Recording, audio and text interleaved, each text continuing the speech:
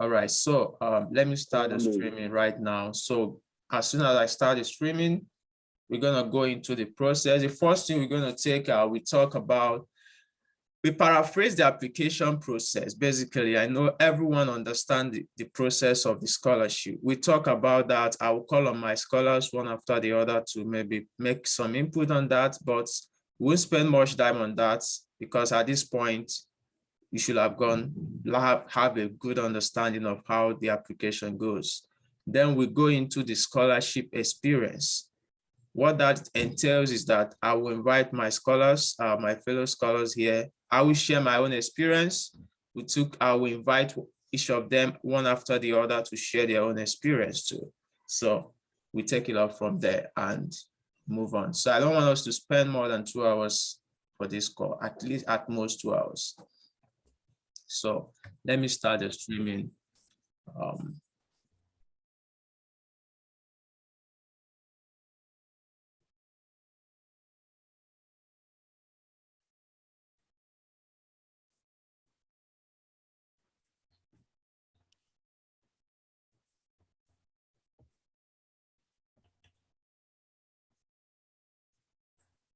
All right, so here we go. All right, welcome once again, everyone. We are starting straight up, and right now we have about 50 people joined us already. And let me reiterate that if you're on the call, please ensure your mic is muted, except when you want to ask question. When you are called to ask question, and if you have question along the line, you can put it in the chat box, or you can just raise your hand and I will call on you to ask your question as we go on. Okay, so let's get started. Today's event is just about the Commonwealth Scholarship, and in past couple of years after I got the scholarship, I've been using platforms like LinkedIn, WhatsApp group and all that, Twitter recently, to share information and insights about the scholarship.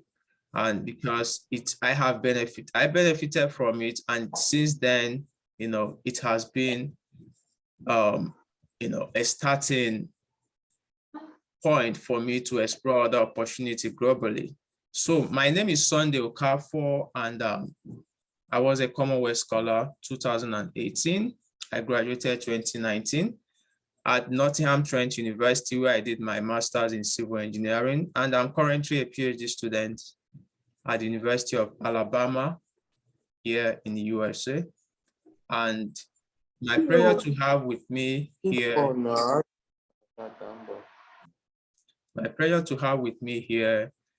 Adedoyin, Mercy, Augustine, Victor,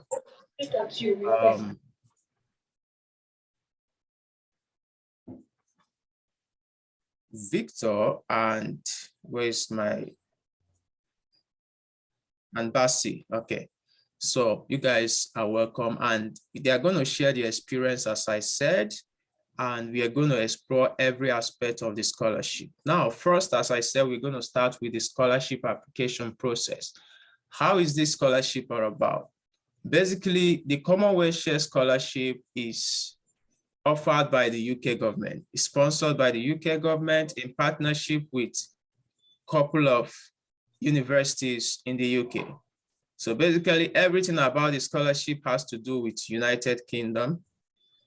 It has no affiliation with your country, home country, in terms of nomination, right? So if you are applying for the scholarship, basically you are applying to schools listed under the scholarship body. They have eligible schools every year, and you can only apply to those schools and the listed programs. I believe by now you have already started doing that. If you haven't, you can still start, but deadline is almost here, maybe in 2-3 weeks time from now, less than 3 weeks actually. Today is 4th, so 16 days more or thereabouts to go. So at this point, I believe you should be at the stage of writing your essays. Some of you should have started getting offers from schools. because UK school don't take time in giving offers. You can get your offer within 2 weeks or thereabout. So when you are applying for the scholarship, you're basically going to apply for the school of your choice based on the program of your interest. And you can apply to multiple schools as you want. You know, you can apply to more than 1 or 2, 3, 4 schools. And you have, you know, no limit to the number of schools you can apply to. I remember when we were applying back then, some guys, we applied together. I know guys that applied to 20 schools, 20 programs, you know, and some of them didn't even get an offer. It was interesting then. So, but the thing there is that there's no limit to number of schools you can apply to, but the good thing is not about quantity, it's more of quality. All right. So if it is only 4 schools you can apply to, you can have time to write good essays about, is preferable than just applying to any school that you feel like, oh, you can apply to, and at the end of the day, you are not submitting a solid application, because that's what matters. I believe my scholars here can bear me witness to that. So after applying to those schools to get an offer, then you can start applying for the scholarship. You can do the 2 simultaneously, but basically it's expected that, you know, you get an offer before you submit your scholarship application. You have an offer from those schools before you submit your application. But you can do the 2 simultaneously. While you are waiting for an offer, you are applying for the scholarship process. So I've explained that in the video I did last time that I asked you guys to watch before this call, so we don't have to spend time on that. So my experience applying for the scholarship, which I have also shared in some videos I did a few months ago, is that I applied to 4 schools. I applied to university. I applied to Nottingham Trent University. I applied to Cranfield University. I applied to Liverpool Moore University, and I applied, what's the 4th school now? That's Newcastle University, right? And you know, I got rejected by the 4 schools, interestingly. So I already feel like, oh, it's over. This scholarship is not meant for me this time. You know, I have moved on. Unfortunately, it happened that one of the schools, which is Nottingham Trent University, have not finished their nomination process before the deadline. You know, there's a set deadline for nomination. So once that deadline approaches and all the schools have not nominated, you get an automated rejection email from Commonwealth Scholarship Body. So I got 4 automated emails that, oh, we are sorry, you know, all those sweet love letter they usually send out. So I got those emails. I already said, okay, let's move on to the next stage. And fortunately, after a couple of days, I was on some WhatsApp groups. So I have to leave because the noise was disturbing me. I feel like, what am I doing here? Let me just leave these guys and go and find something to do. And a couple of days, like 2 days after, one of my friends was telling me, oh, it seems like some schools have not nominated. There's an error somewhere. I said, okay, it's fine. I don't even think about it. So 2 days after, I got an email from Nottingham Trent University that, oh, congratulations, you've been nominated for this scholarship. If you got an initial email stating otherwise, please ignore this. I was confused. Which one should I ignore? Ignore this, ignore the former one. I don't understand the English. You know, I have to ask my friend, what is the meaning of this email? They're like, oh, you won this scholarship, this, congrats. I said, really? Okay. So that's my journey basically, and that's how it started. And you know, went to UK, did the masters, came back to Nigeria. I started applying for my PhD while I was doing my masters, and I have to come back in Nigeria during the pandemic 2020. So I stayed in Nigeria for 1 year before coming to the US for my PhD program. So that's my short story. I don't want to take much time. I want to give enough time to my scholars to share their experience, just as short as possible, so we can go into the process itself.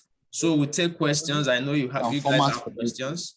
But we'll take that one after the other, okay? We'll take it, we have time for that.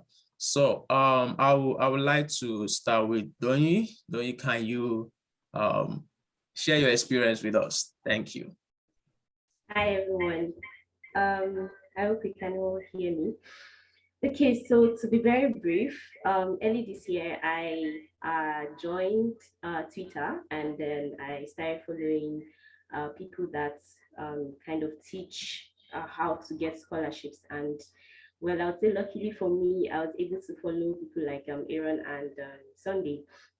And I joined the webinar early this year, and that was all I used basically for my application. The information I got, I didn't have enough time to give people my essays to review or anything.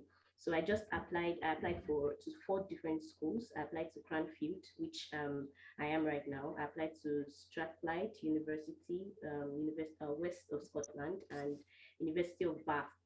So, well, along the line, it was, I totally took my mind off it because I felt like I did not want to get disappointed, and I didn't want to just be depressed over it or anything. And then later on, I got a regret mail from West of Scotland and also University of Bath. Anyway, then I got a mail that I was put on the reserve list for Cranfield University and Strathclyde. So that kind of gave me a little bit of hope. But then I just decided to, take my mind off it again.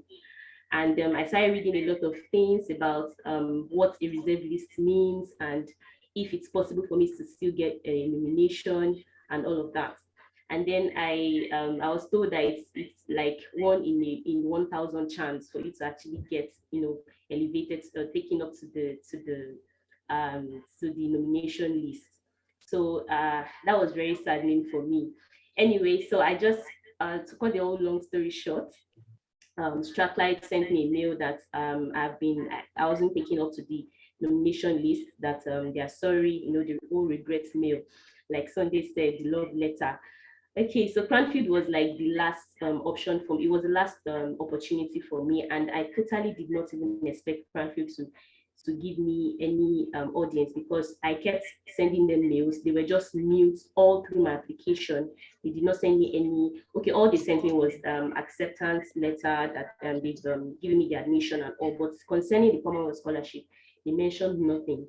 So I just totally lost hope on that. But then I think it was in July, I got a mail from them that I've been elevated from the reserve list to the nomination list, and then I should accept the offer if I am interested in it. And that was just it for me. I was so excited, and well, I'm here in Cranfield.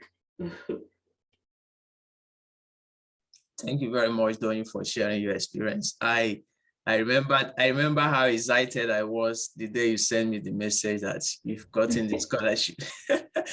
I was so excited, because I understand you were on the call Aaron and I had last time, and Yeah.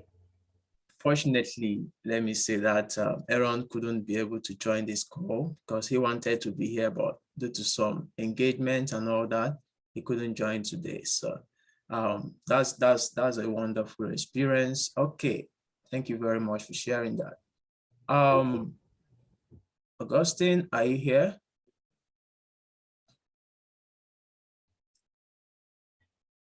Yes, I am.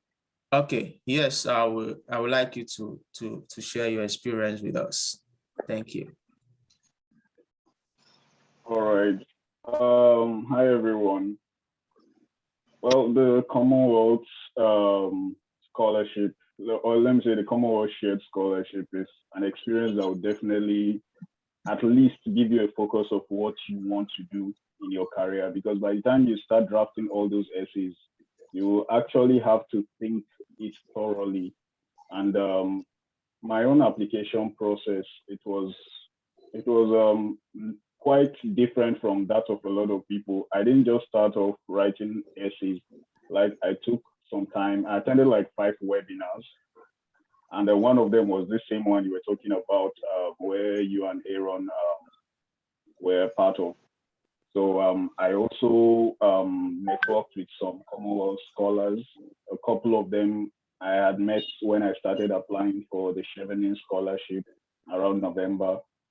So when it got to the Commonwealth, it was like, this is the last scholarship for like this season. I had applied to the Chevening. By that time, I think I've already gotten rejection. I'd applied to the Orange Knowledge Program. Erasmus Mundus, I was on reserve list. And I had one other scholarship like that, the Mastermind Scholarship at the University of Antwerp in Belgium. And that scholarship passed me by because I submitted a wrong official document after the whole selection process. But I was just lucky I'd gotten the Commonwealth Scholarship. If not, I would have entered a very crazy depression period. But this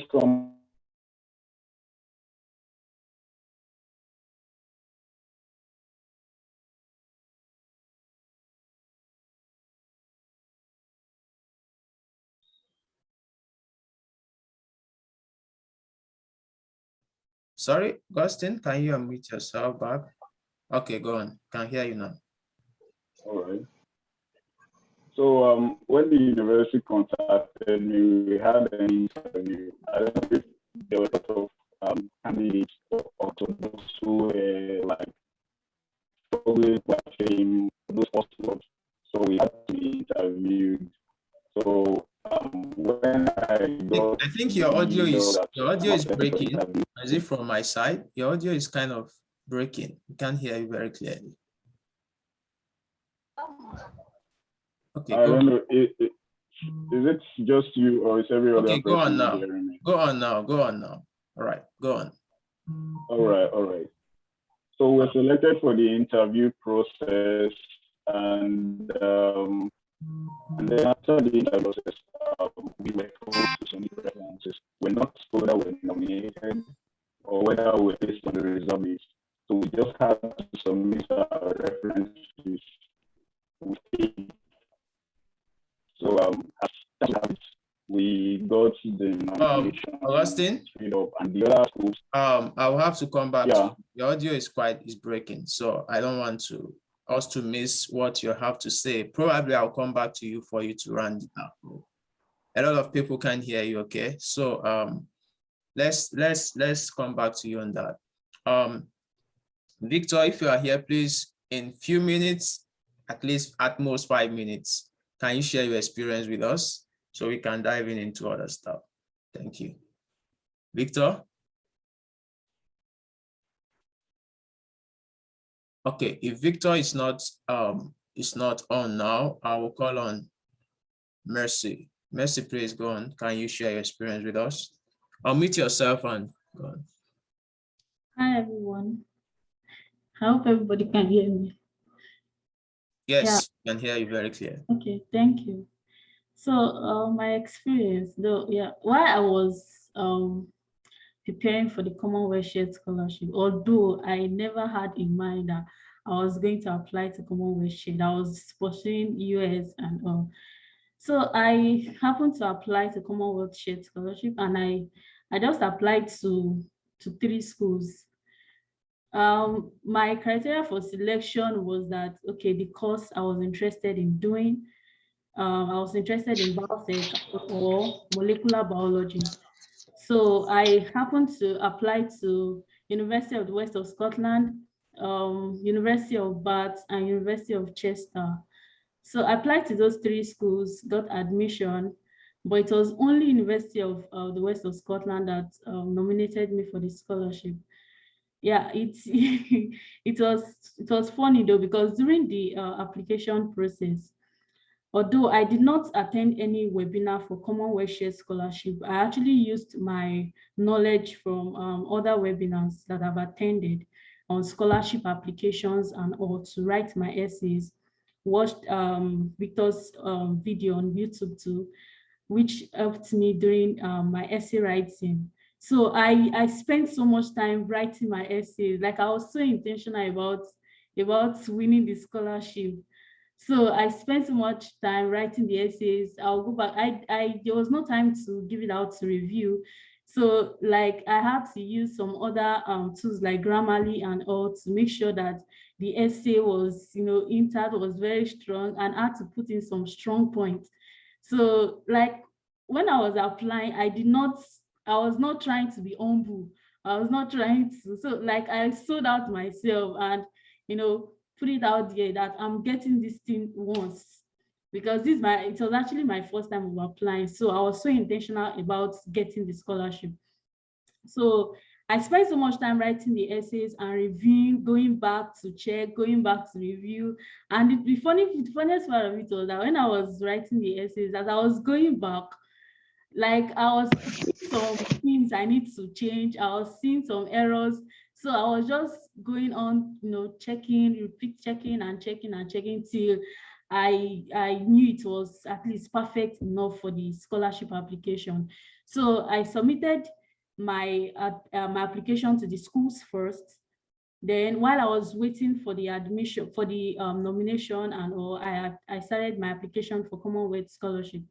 So, and eventually, I think some months later, University of the West of a contact person from University of West of Scotland got back to me that, oh, okay, you've been nominated for. They're also happy because I was actually interested in biotech, molecular, and all like that. So I was happy I got it, and that was just a briefing of the whole experience. Thank you. I can't hear you. You're muted. Thank you very much, Mercy, for sharing that awesome experience. You were so intentional about it. What I used to tell people is that, a lot of people out there, they always look like, oh, if I didn't get a scholar to review my essay, I won't be able to stand the chance. Come on. You see, when I applied, I had no scholar to review my essays, right? I was doing my National Youth Service back then in University of Ilorin. I wrote my essays. People that review it, I give it to my colleagues, my friends who were around to proofread. I didn't have maybe Grammarly then. I didn't use Grammarly as Mercy did, but I gave it out to my guys. I know they are good with English. They can see errors, like grammatical errors. Give it out to friends. They don't have to be in your field. They can be in totally different field. I gave it to someone we are serving together. It was a law graduate. I gave it to someone else, computer science graduates. I gave it to my friend. So it just like gave it out to people to just read, because for you reading it, you might not spot some errors. You might see your grammatical construction to be right, but if someone else read it, they are likely to see, oh, I think this thing should be written this way. And by then, using that, you can improve on your writing. So you looking for scholars to review essays for you is good if you can find one, but that is not a must that a scholar have to review your essays before you stand the chance. Understand what you are required to put into the essays. Think about it, follow all the guidelines that are provided, and sit down and put the work that is required, and you're gonna get that solid out. Okay, thank you, Mercy, for that wonderful experience. We have Aaron. Aaron joined us. Fortunately, he has some time to spare, so he's here. He's here with us, and I'm gonna give him time, a few minutes to talk to us, to share his experience. He's an old Commonwealth scholar, so they should induct him into the Commonwealth Hall of Fame very soon. So, Aaron, I know you're a busy guy. You have some things to do, so I would like you to to come and share your experience, and probably say one or two things, so that if you have to go, that is fine. We understand. So, Aaron, please, can you come on?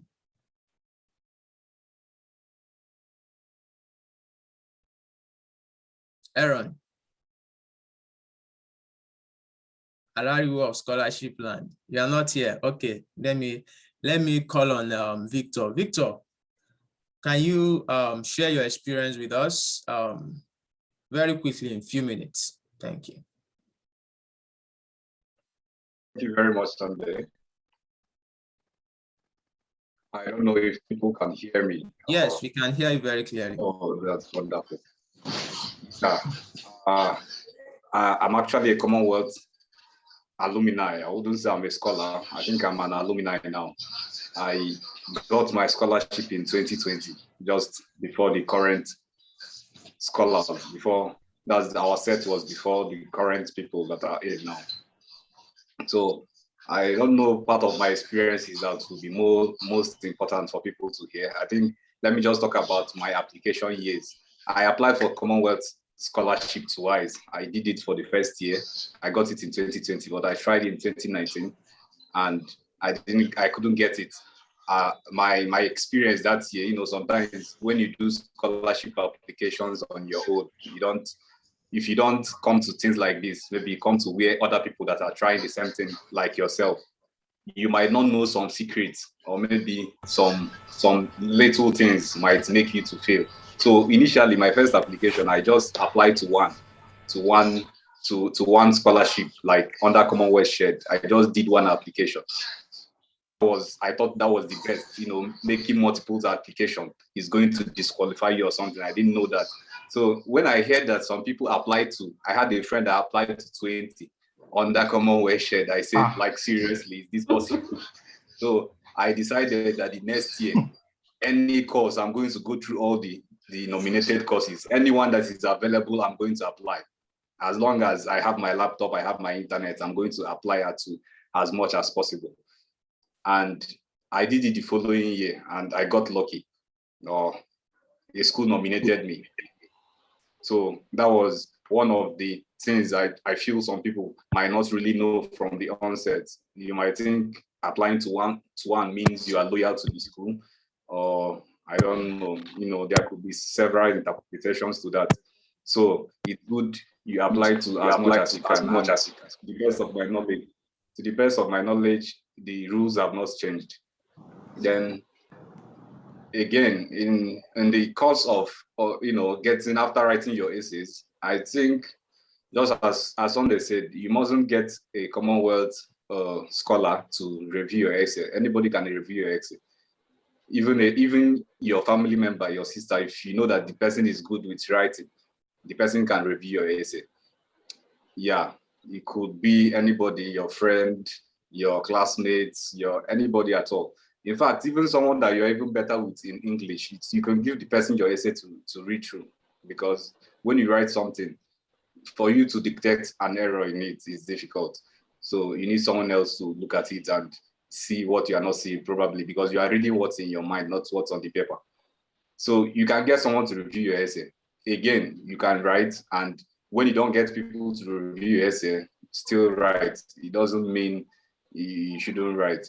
And again, you mustn't know the person that is reviewing your essay. The people that read my essay, I don't know them. I met them on LinkedIn. You know, just go through LinkedIn. LinkedIn is a very powerful tool. If you open LinkedIn, you can search Commonwealth Scholar, just search it in. So many people that are scholars will put it in their profile. So with that, you see a lot of people. You can chat them, message them, get their review essays. So you mustn't necessarily know the people directly. So that's another thing I did. The people that reviewed my essay are guys that I don't know.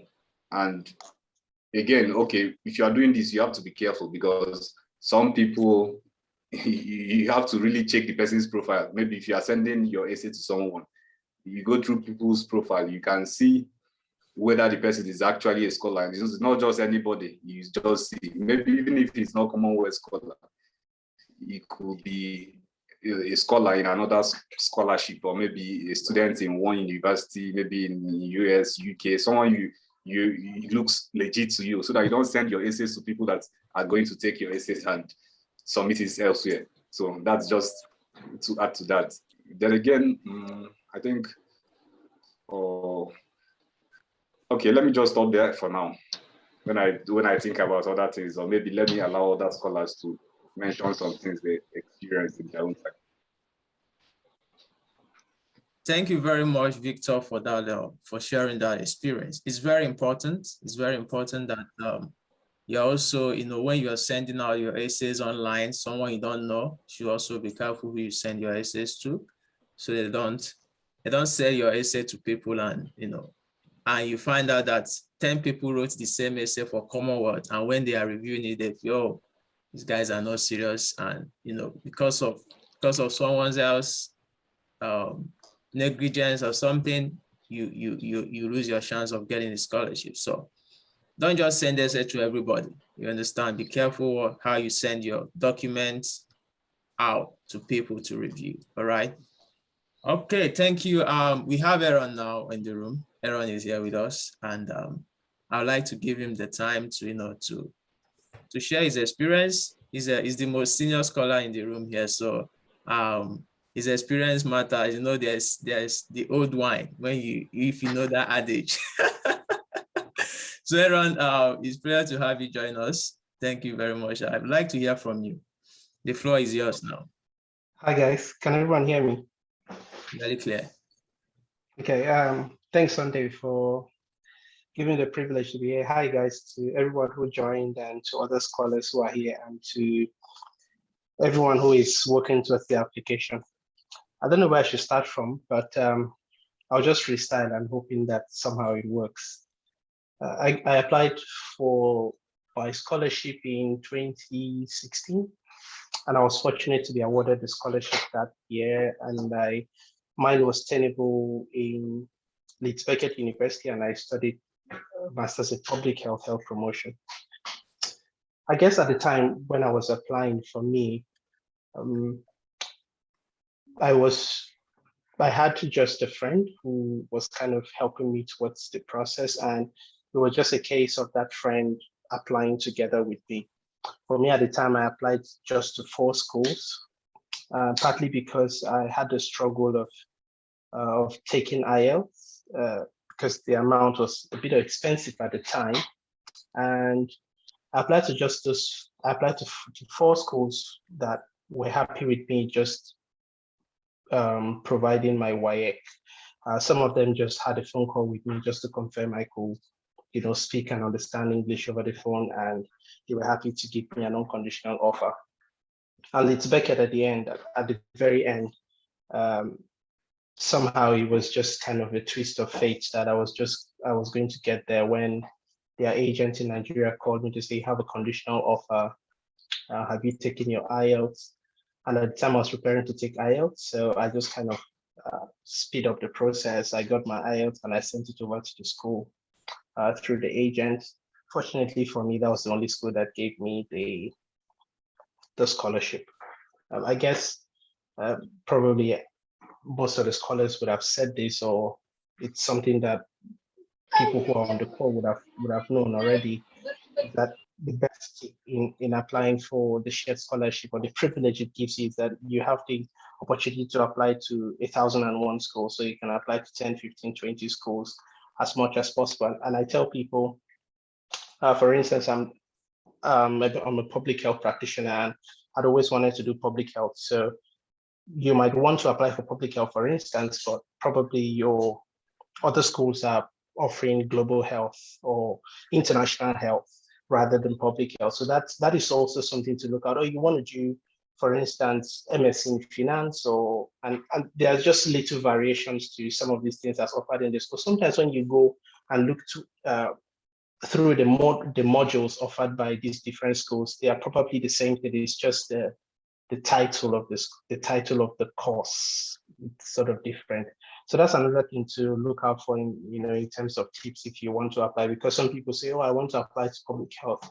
And I've looked at the universities that are the participating universities for this year, and probably only 2 or 3 universities are offering public health. Fortunately for the public health people, we have a lot of schools offering public health. I mean, public health is just everywhere. So, but also look out for those variations. It's very important because it gives you more chances.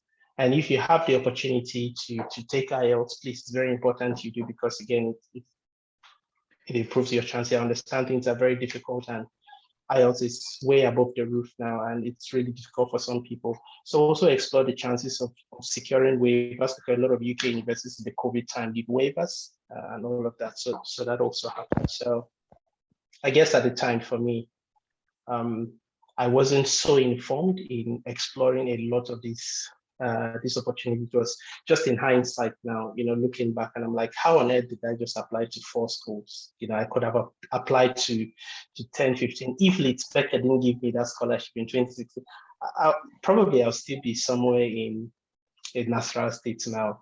Maybe I wouldn't have gotten the scholarship, But I was fortunate to have been gotten to have got the award in 2016. So, but 4 schools was really, really small. In hindsight, I should have applied to more because I was losing nothing from applying to more. So if you're on this call or if you're going to watch this later, please apply to a lot of schools. And sometimes it's the same essay you use or the same essays or just with little tweaks. One school will say, oh no, we can't give you. And the same essay, another school say, oh yeah, this is the perfect essay, this is the perfect candidate. So please apply to as much schools as you can. As in hindsight, this was what I would have done better. I'm sorry if I shot over the board Sunday because I just joined and I wasn't sure what structure was happening. But this is it from me. Thanks, guys. Thank you very much, Aaron, for that experience you shared there. I think it's very important that you apply to as many schools as you can, as long as you can. One thing about Commonwealth Scholarship again is the system has been modified in such a way that it's looking more like the Chevening Scholarship, in the sense that you don't have to have your first degree in that program for you to apply for it. Okay, like there are some programs, when I look at the list of programs they have now, that basically your undergrad don't have to be related to that. If you are able to defend that, oh, you can be a change agent in this area, you can contribute to development in this area. Probably after you have left school, you've been working in something related to that. You can definitely go ahead and apply for it, because there's no way it is written that you have to have a degree in this field. They just say that you have to have a first degree. And once you can get an offer from that university, that's just what is required.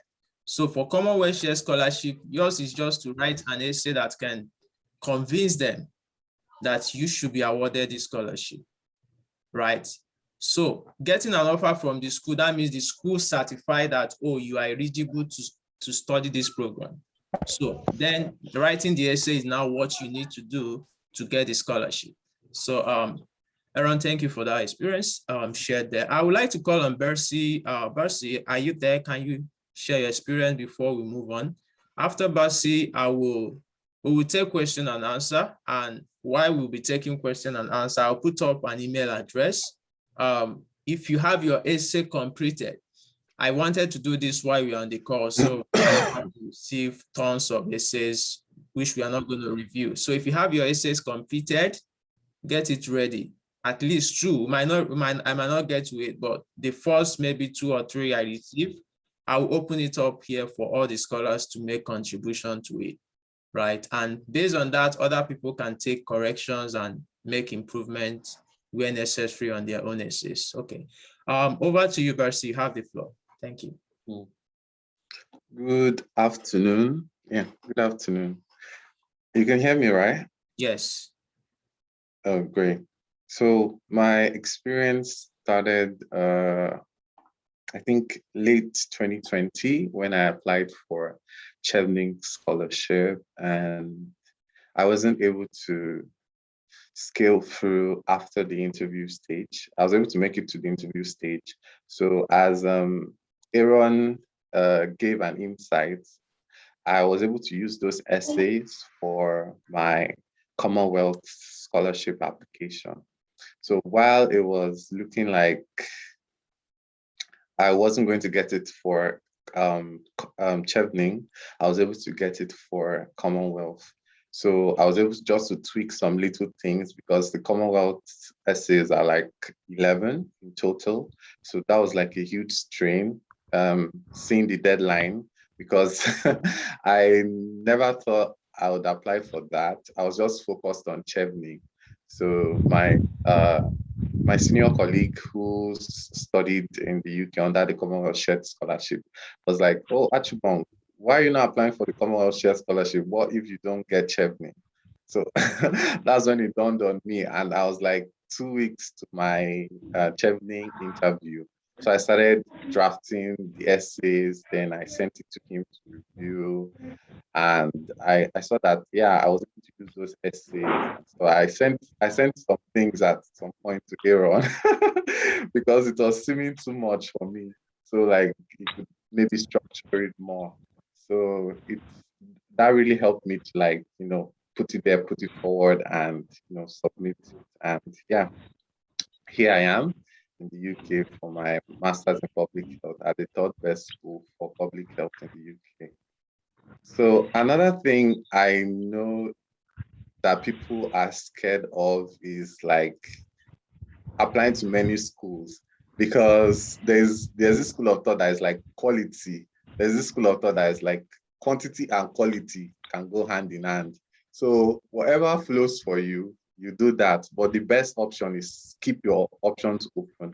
So if I had known, like, what if Warwick didn't give me the nomination? Because at first I didn't even want to apply for more than one, because I only had admission in Glasgow University of Glasgow. So I was just like applying for Commonwealth Shared Scholarship for Glasgow. I didn't apply like for any other school. So the guy was like, "This is Commonwealth Shared. Apply for many." And I was saying, "Oh, the deadline is so fast and everything." And so he just said, "Okay, at least apply for 2 more, even if so, to give you an option." So it was my third school, which is the University of Warwick, that actually nominated me for the scholarship. And it was very funny because I didn't write IELTS. As Aaron said, the amount the amount of IELTS like was too expensive for me, and I was like, "No way am I writing this thing." Because like, who is going to give me that kind of money to write an exam that maybe a particular point, listening or writing, can either make or mar my applications. So I just hoped for the best, and I looked for schools that waived that used like WAEC and stuff. So, but for Warwick, like, although they understood that I was able to speak and write, they actually wanted to verify. So if I wasn't writing the IELTS, so they made like an interview for me. So I was able to speak on that interview and like submit one of my writings to them via email, and a reference from my employer at the time that I was able to write and communicate well in a working place with English. So those are some key things you should also look at when you are applying. Look at the school, read the website very well don't just applying for the scholarship. So I only just look at the name of the scholarship, and that's name of the school, the program, and that's it. So you look in between lines, so you'll be able to see things that you might have missed. Thank you, Sandy. Thank you, Vasi, for your experience from Calabar to the world. So that's a wonderful experience you shared there. Okay, right now we'll be moving on to question and answers. I know there's guys that have a lot of questions. I believe that's the best way we can provide insights by taking questions. Okay, so but before that, I will put up an email address on the box. If you have your essays completed, I said completed, okay?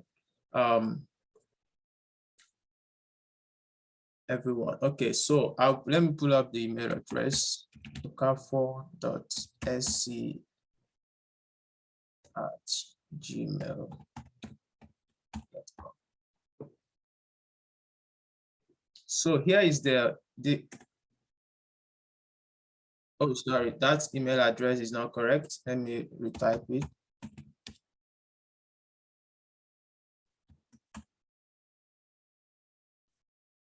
At SC25. This email address, I don't use it often, so.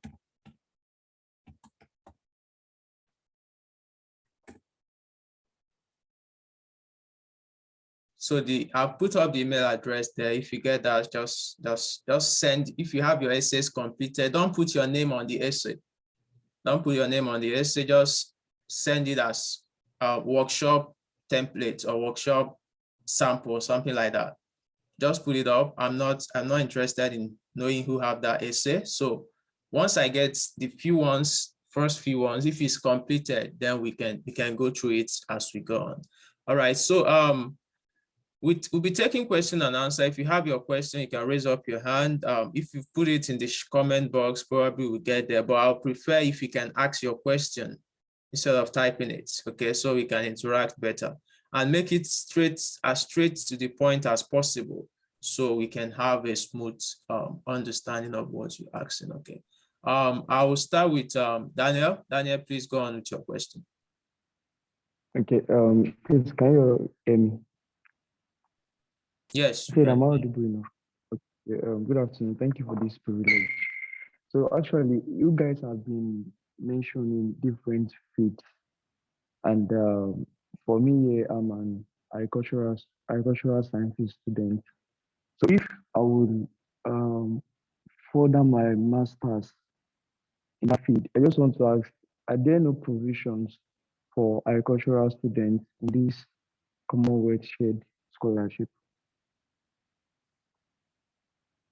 Okay, Daniel, thank you for your question. I believe you have gone through the eligible programs or courses for this year, and you should have seen the courses there, right? And there should be some courses you're interested in. If there is none, then that's what is available for this year, right? So, but the thing that, as I said earlier on, is that you don't have to look for exactly what you studied in your undergrad. You will definitely find something that relates to that. Okay, so that's one thing about Commonwealth Scholarship. You don't have to be exactly what you studied in your undergrad. Maybe you did animal science in your undergrad, or you did crop protection, and then you are looking for exactly animal science masters. You might not find it, but you might find something that relates to maybe conservation of natural resources, or maybe national wildlife conservation, or animal health, or something close, and you feel like you are interested in doing that, then you can go for it. Okay. So, that's what I'll basically say about that. I believe you've seen what you are looking for. As I said, this call is basically mostly for people who have applied to the school of their interest, and they are the process of writing their essays, applying for the scholarship itself, and all that. So if you have any further question on that, then you can ask after the call, maybe ask on my LinkedIn page or something like that. But go through the program. Hi, Sunday. And check if you have okay. Bessie, do you have something? Hi, Sunday. As you said, I think you need to check the website, because if you've checked the website, you'd see some agricultural courses there. As you said, this webinar is for people who have already started the application. So if you started your application, you'd have seen your program already there. Checking the website now, I'm seeing some agroforestry, environment, and stuff. So those agricultural related programs that you could have applied for if you've gone to the website. There's wild animal health, biology, and stuff like that. So I think you need to go to the website and actually check, then be sure, then confirm those programs are the programs you're interested in. Thank you. Sorry, can I get the website link? I'm very sorry. Actually, I'm just getting to know about this web.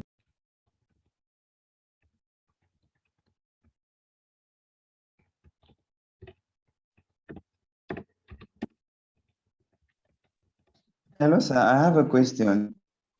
Can I go on?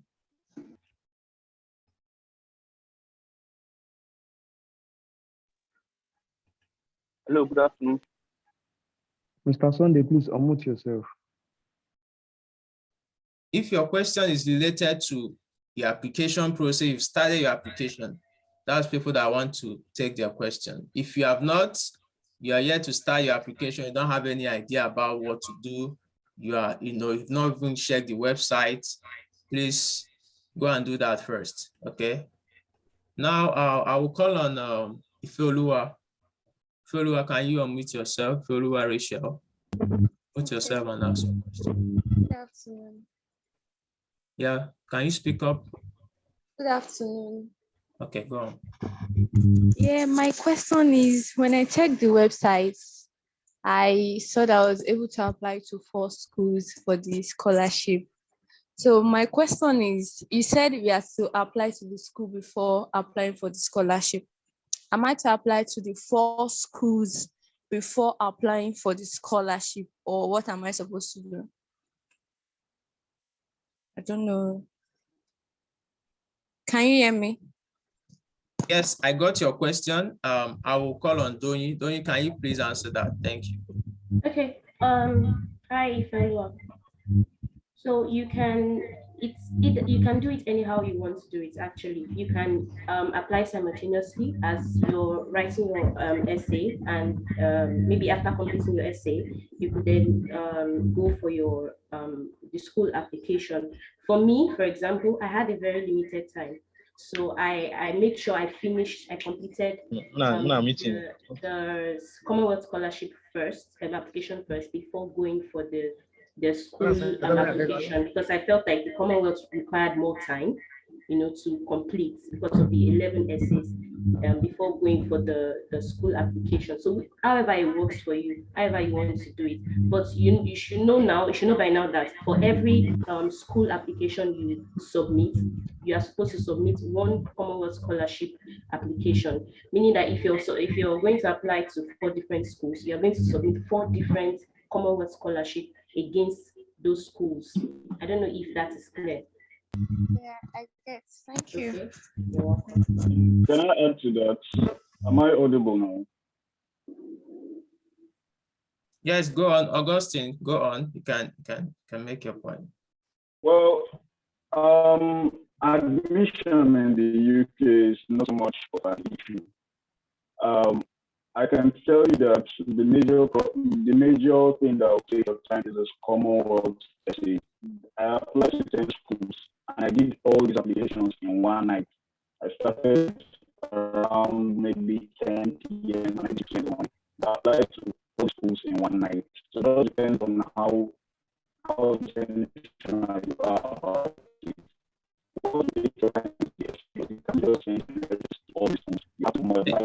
Thank you. Augustine? Yeah. Your point is quite clear, I understand. But your audio is still breaking, so I don't want us to. I actually suggest hello, can you Messi, go on. Can hear you. I suggest you should not use the headset. I don't know. Yeah, I think it should be better if he's not using the headset. Okay. Try that, Augustine, and see if we can get to hear you better later on. So applying to UK school, as you said, is not difficult. Getting an offer from there is not difficult, but you can apply to as many schools as you want. But the thing there is that if you apply to 10 schools, just know that you're also going to apply to 10. You're going to make 10 different applications on the Commonwealth website.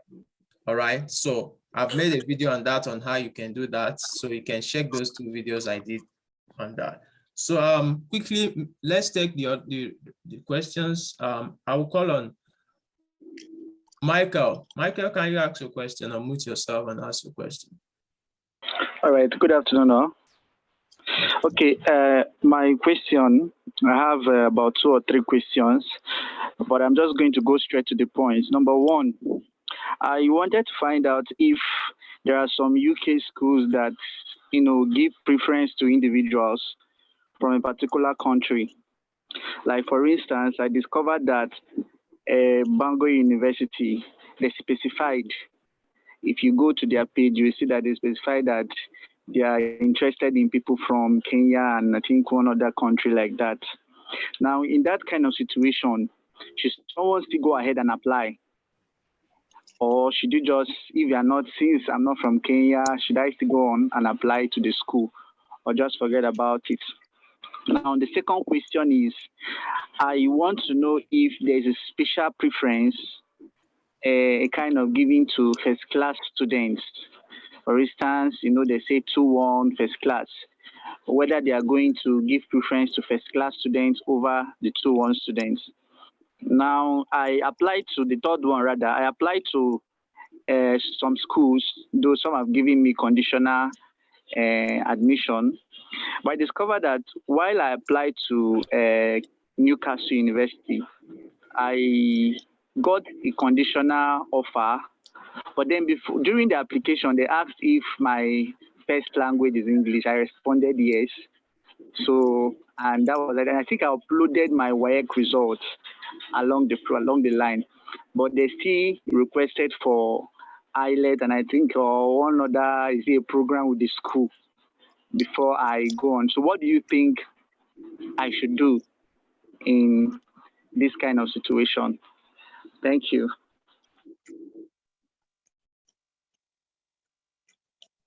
I got your first question related to country of interest. Commonwealth usually make it clear that, there are some countries that are less represented when it comes to Commonwealth country. Maybe those countries don't usually have a lot of applicants, and they can, prioritize or give preference when it comes to people that apply from such countries. I think some maybe Guyana, there are some countries like that. Actually, I can't remember that.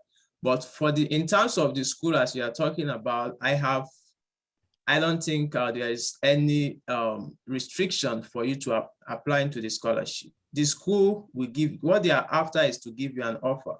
But when it comes to nomination, they have to follow the Commonwealth guidelines. So once your country is eligible to apply for the scholarship and you apply to the school and get an offer, go ahead and apply for your scholarship. That's whether they say they are interested in countries, Kenya or something, they might have interest in those countries. Doesn't mean that if you are not from that country, you won't stand a chance. So that's my answer for that first question. And when you ask about preference to first class students or 2-1 or something, I believe the Commonwealth Scholarship have made it clear that the minimum requirement is 2-1. And if you have a 2-2 with a master's, you can also apply. So once you meet those minimum requirements, it is not stated anywhere that preference is given to people with first class or 2-1. There's no way it is stated. There is a selection criteria which is available on open source on the website. You see the criteria of which they use to make their selections. So based on those criteria, that's what they will use to consider every application. There's percentage attached with your grade, your essay, every other thing. So once you meet all those criteria, you stand a chance. People that have 2-1 has won the scholarship. People that has 2-2 in the past has won the scholarship. So everyone has a chance. So irrespective of your Okay, please, can I chip in there? Yes, go on. Okay, so this was also like a challenge for me. I had this question because one of the schools I applied to, Strathclyde, they stated it that they would give preferential treatment to those people that have first class. So I applied to it, but then I was not nominated. So I feel like it's not really about if you have a first class or a 2-1, as long as you meet the minimum requirements that Commonwealth has already given. So just put in your best in your application, and that's it. Exactly, that's your point. So your third question about the school meeting the school requirement, the thing I always tell people is that understand the school requirement before you start and making any application to them. If you are not clear about it, send an email to the right address to clarify. So if they require you to submit any maybe English test or some certification before you can be given an offer, and you feel like you can't meet those requirements, then don't apply. When I applied to school, I only applied to school that accepted WAEC as medium of proficiency in English, credit in WAEC. I didn't bother to go to school that have IELTS because I don't plan to write it. So just go with schools that meet the requirement that you can afford to provide. And basically that's what I'll add. Aaron, do you have anything to say that? Yes, actually, thank you, Sunday. That's a good point. But what I will also add there is, at the moment, the school have told you clearly they want IELTS. But we have learned with the COVID times that there are a lot of concessions that are happening with institutions for various reasons. What you can do at this point is email the school and let them know that, although you have submitted your WAEC, you were taught in English. English is, your first language, your language of instruction in school. You are able to provide additional documentations. For instance, a letter from your institution saying you were taught in English, right? Make that case and tell them, you can also make that financial case of, that's why you're applying for a scholarship. You're not able to take IELTS for maybe this reason, that reason, or some other reasons that you might have. And let them know that you're able to provide these other things, and then ask if they are able to get that concession to provide these alternatives. Although you're aware that these are some of the things they want, are you able to provide these alternatives as proof of English language? Some schools are very, very firm with their rules, but I mean, you never know. I applied to University of Manchester in 2016 when I was applying, and they have all those rules about IELTS, but when I applied, they just said, okay, we're going to schedule a phone call with you, and just to confirm you can speak and understand English. I did that call, and within 10 to 15 minutes after the call, I got my own conditional offer. So there are informations that are silent that you might not find on the website. Sometimes when you send emails, you get some more clarity. So I would advise that you explore that route and see what they say. Yeah, thank you. Thank you, Aaron, for that insight. Thank you, if you have asked your question, you can lower down your hand so I know the number of people left to ask question. And I would like, if you are raising your hand, make sure your name is showing, not the name of your phone, so I can easily identify you. I will ask Yusuf. Yusuf, can you unmute yourself and ask your question?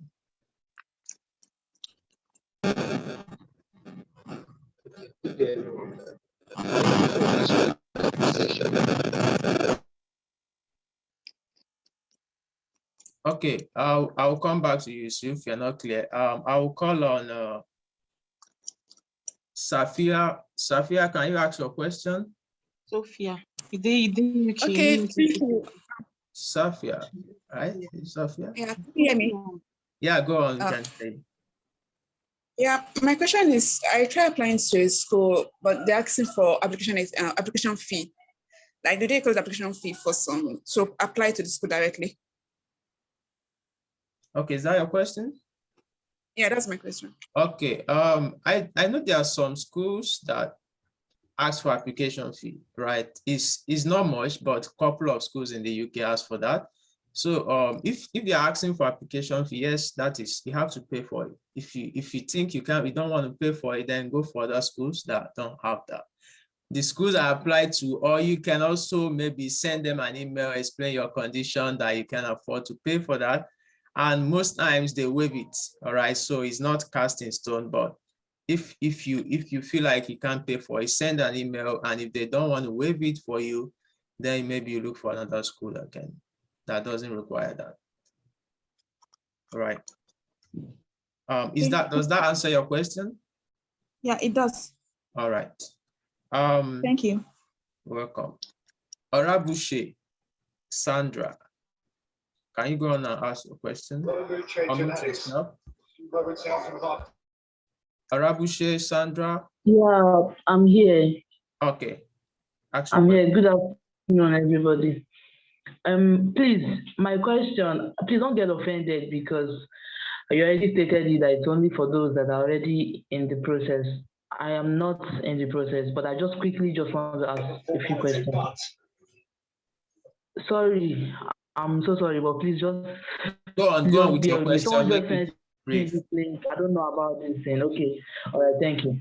So my question is, please, for those of us that, for me, that doesn't know anything about what's going on, how do I start? Because I'm very much interested. How do I start? Is there like, like a link, to maybe a video or something, just anything, or a webinar for those that have not started? Okay. Thank you for your question. There are two videos I will send on the comment box. I made a video of the application process from start, the video will guide you on what to do. I will send that on the comment box. And there's another video on how to start writing your essay. Okay, thank you. So I will send that on the comment box. So, all right. Okay. My second question is, please, is it for only masters or undergraduates as well? Just masters. Okay, thank you. Okay, Prince Onyekere. Go on with your question, please. Good afternoon. Okay, the first one is a contribution to the person that asked about application fee. Before some of the schools, you have to visit the website in the school that talk about the scholarship, Commonwealth shared. Some of them will tell you you don't have to submit application for admission, but just do your application, save it, then apply for the scholarship. If they nominate you, they're going to give you a code to submit your application, so you don't have to pay application fee in case the school asks for a fifth application. Some other schools will, when you write to them that are applying, they give you a concession to apply without paying fee with a code to submit your application. Some other schools too, they don't give a concession, you all have to pay the fee. That is on that part. Then second, my question goes to the people that are doing MPH, and that should be Mr. Philip, Aaron, and Mr. Archibald Basin. Now I'm applying for public health. Now, and some schools will say public health, some schools will say global health. Some schools will say public health with global health, like that kind of nomenclature. So I want to know, I'm planning to use the same impact essay because they're all based on public health or global health for other application, but then with some differences. Basically, when they ask you for your proposed study in UK, because you have to talk about the school specifically. So is it advisable that I use the same impact essay for whether it is global health or public health? Then the last question is not basically for application, just to get a clarification for people who have already graduated. Mr. Sunday, I want to know, based on the terms and conditions of coming back to the country, how strict is it? Is it basically not going back to the UK, but you can go to other countries? Or I want to get a picture of what the terms look like based on this aspect. Thank you. Okay, Aaron, Bessie, any of you can take the first questions. Bessie, do you want to go first, or do you want me to? I've left the Alariwo to talk first, please. Okay, regarding your question, this is the way I would do it, because I applied to various schools and some of them didn't have just public health. You can use the same essay, yeah, but have tweaks at certain areas. Take for instance, I think Basi shared as well. Most of the essays I use for my Commonwealth Scholarship, where essays are kind of modified after applying for cheating, and I didn't even get to the point of interviews, right? So you can use the same essays and just tweak the arguments you are making. Take for instance, if you're making an argument, for instance, in your essay that has to do with COVID-19, for instance, COVID-19 is a public health issue. It's also a problem of international health, right? And so those kind of arguments you can make at certain areas. So it's not all about copying and pasting verbatim. It's also what we are also able to do is to go look at the modules offered by these institutions and see the differences or the similarities in the modules. Then you are able to, that informs you on how you are able to tweak, what sections you are able to tweak in these essays. But the majority of the essays, to be honest, in my opinion, you can use most part of the essays with just slight tweaks at certain areas to suit the context or the modules that you're looking at. So I did that for most of the schools I applied as well. So that might be a safe strategy to employ. I hope that helps in a way. Okay, sorry, can you elaborate? Because I have been having this kind of confusion about global health, public health, international health, like population health. These are just different terms that get me confused. Yes. And I have been looking for explanation. I have browsed, but the Google stuff don't give me what I actually. I want somebody that has experience to maybe if we can connect after this call, that would be fine. But if you want to, maybe for people that want to also benefit from my question, you can give us maybe a brief distinction between these different concepts. I think, going into those very specific definitions, like for instance, some of them we might connect after this, and feel free to just check me on LinkedIn or other social media, and I'm happy to provide more clarity on those specifics, But most of most of those things are simply nomenclature. What distinguishes those courses in some areas is the modules that are offered, right? So sometimes even the modules, public, it's just the same thing with different faces and with different focus. So it depends on what the department is trying to focus on and the direction that they are trying to, a particular part of health that they are trying to focus on, But the distinction is majorly on the modules, for instance, that are being offered, that will be able to tell you. So I did public health promotion, and most of my modules were tilting towards the social model of health, for instance. But I had colleagues who did public health in other institutions, and their public health was more epidemiological and more clinical aspect of public health, right? But they were all public health. But what differentiated us was the modules that were being divided. My own public health was someone in the School of Community Studies, and I had a lot of affiliation with social sciences and all of that, which has informed even my doctoral research and all of that. So the modules provide that direction. But please feel free just not to take the time of others, but feel free to connect with me on LinkedIn or other platforms, and I'm happy to chat about this further. But I hope it helps anyway. All right, so thank you. Yeah, I think someone wanted to add something. No, I just wanted to give a comment about that from my personal experience. Okay, so I studied biotechnology for my undergraduate, and I wanted to apply for that for my for the Commonwealth Scholarship. But then when I went to the websites of each of those schools departments websites, I realized that every biotechnology was focused on areas that I was not interested in, because biotechnology is a very wide course, and I was specifically interested in the environmental biotechnology aspects. One of the schools offered medical biotechnology, another one offered plant biotechnology, so it was totally off. So I had to go and pick something entirely different that would address the part that I was really interested in. That was why I went for a course, environmental engineering. So I totally ignored the schools offering biotechnology and went for environmental engineering, which was focused on the area that I'm really interested in for research. So I don't know if that will help you as well. Yeah. And Sunday, that's so sorry, just to add, I'm so sorry if I'm talking too much. But another thing is, take for instance, you're applying to, you've seen global health, you've seen international health, you've seen public health. When you are tweaking your essays, please look at the modules. I'll give you an example. If you are applying to my school, for instance, which is health promotion, and your essays is more tilting towards more epidemiological and the clinical aspect of public health, the people there will not be entirely interested in it, because the focus of public health in my institution at the time was looking at the social model of health. So it was more into the social sciences and all of those areas.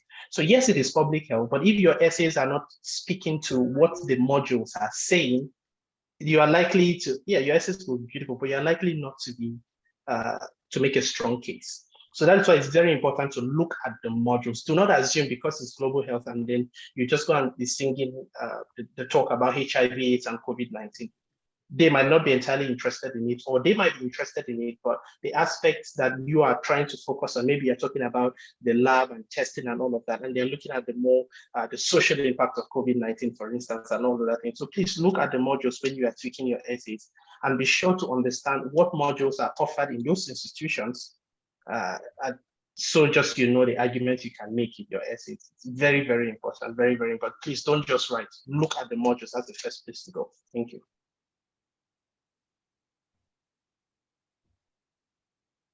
Thank you, Aaron. Thank you, everyone, for your contribution to that question. I believe you are clear on that now. So let me take a few more questions before we go into the exit part of this meeting. I can see Peace, you are raising up your hand. Mama Efwa, you are raising up your hand. Okay, please go on with your question. Hi, hello, good afternoon. Please, thank you very much. Can you hear me? Yes, we can hear you. All right, so my question, one of them has already been answered, so it's out. So unfortunately, what happened to me was I wanted to go through to see how the essays let me see the questions that have been put across. And so you see, they have made some asterisks on some, meaning they are mandatory. So if you don't respond, you can't go to the next. And so I just scribbled something there so it can lead me to the next. But unfortunately, when I got to the last one, I didn't read beneath it to know when I click the next, that is it. And so I have submitted an application already that I haven't finished. I was very scared, but then when I went through the mail they sent me, I don't know if I really understand what they said, but is it possible for me to submit another application, like for me to continue, since the deadline isn't up yet?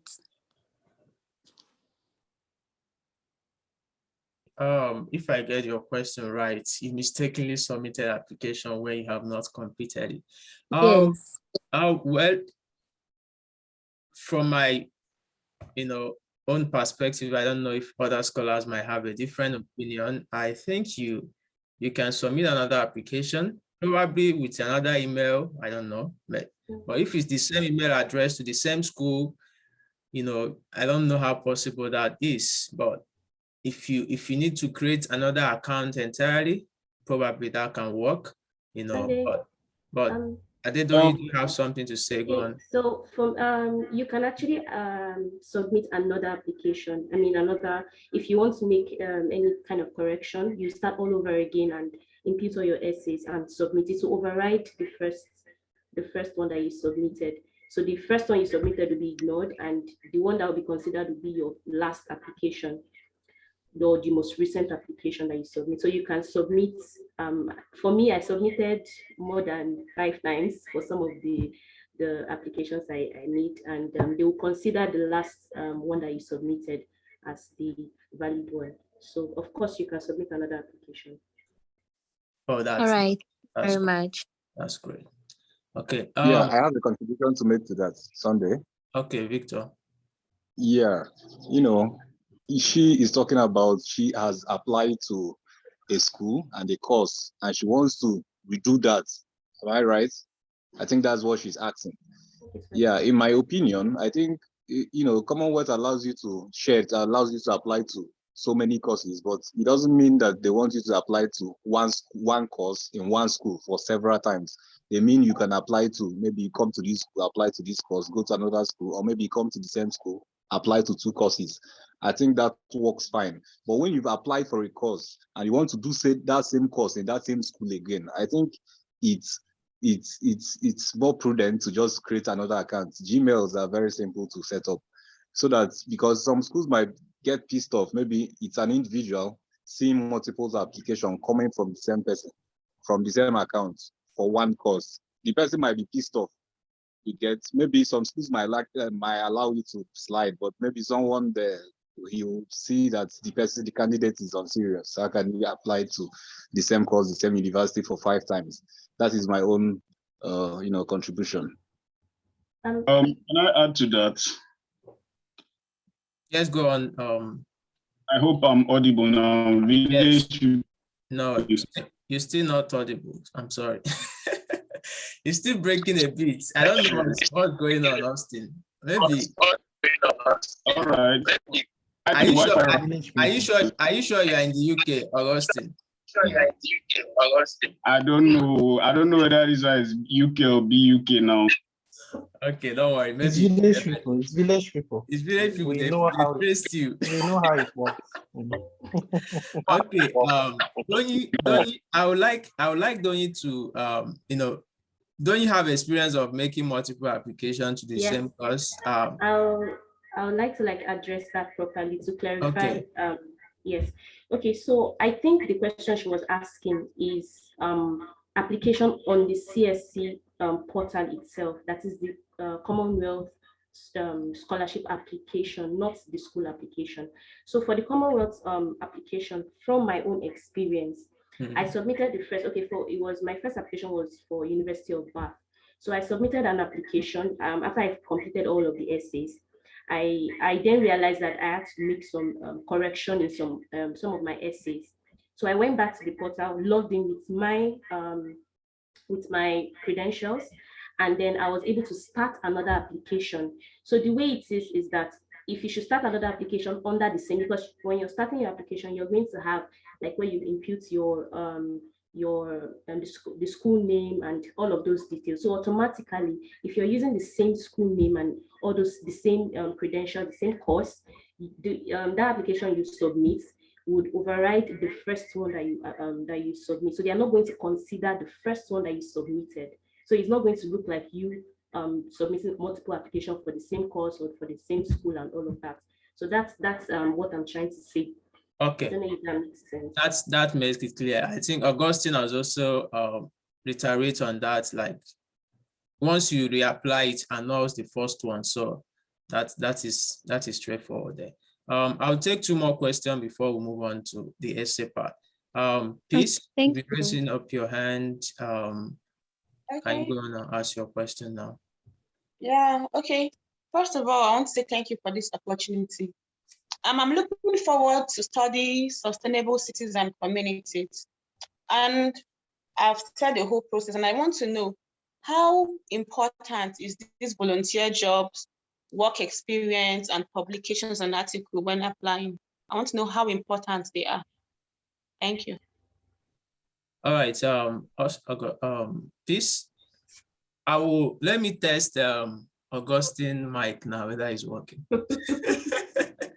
Augustine, why would you do me like this now? Oh, good. Last, finally.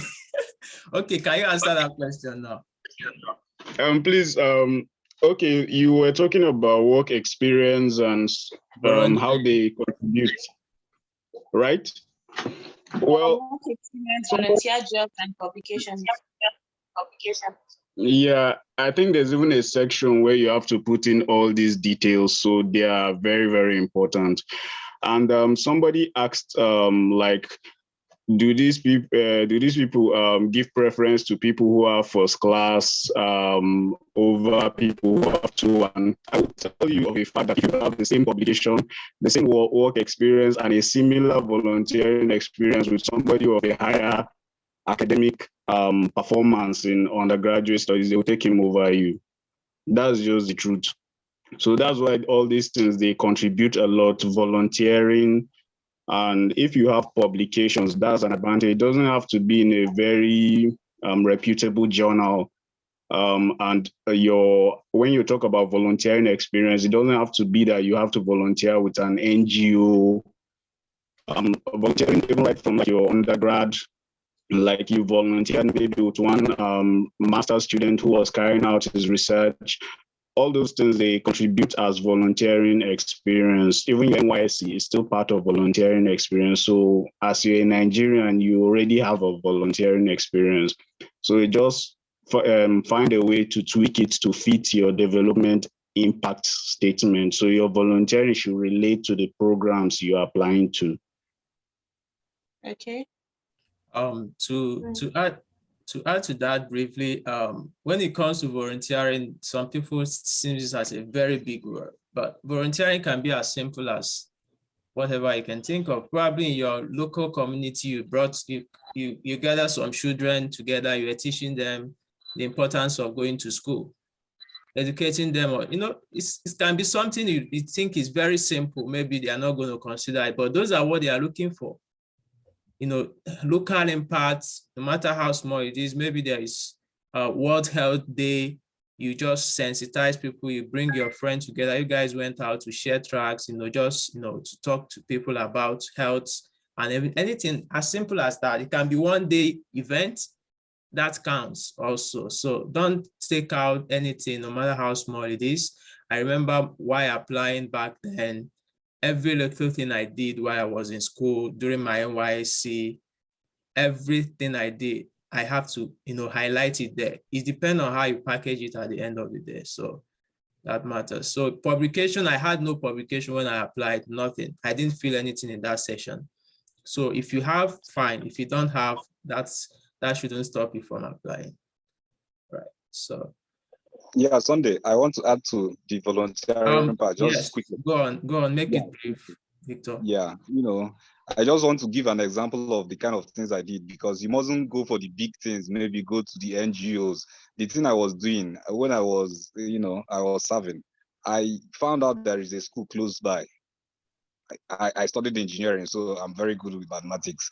I went to this school, told them I'll be doing extramural classes for them for free. I was teaching them Saturdays. I'll come around, teach everybody for mathematics. I'll just ask them the problems they are facing, and I'll teach them, and I'll go. That's my own volunteering, and I included it in my essay. So it helps. Just as Austin said, the whole things are point-based. So if you don't have first class, you can get your points with the volunteering. They check it holistically. So when you have something exactly with someone else and the grade is just the difference, obviously they will take the grade because that's why it's there. So try to make other parts of your essay outstanding, even if you don't have the first class, or that's just my point. Thank you. Sunday, please, can I just quickly state an example? So yes, go on, please. Okay, so for my own essay, I stated something about tutoring.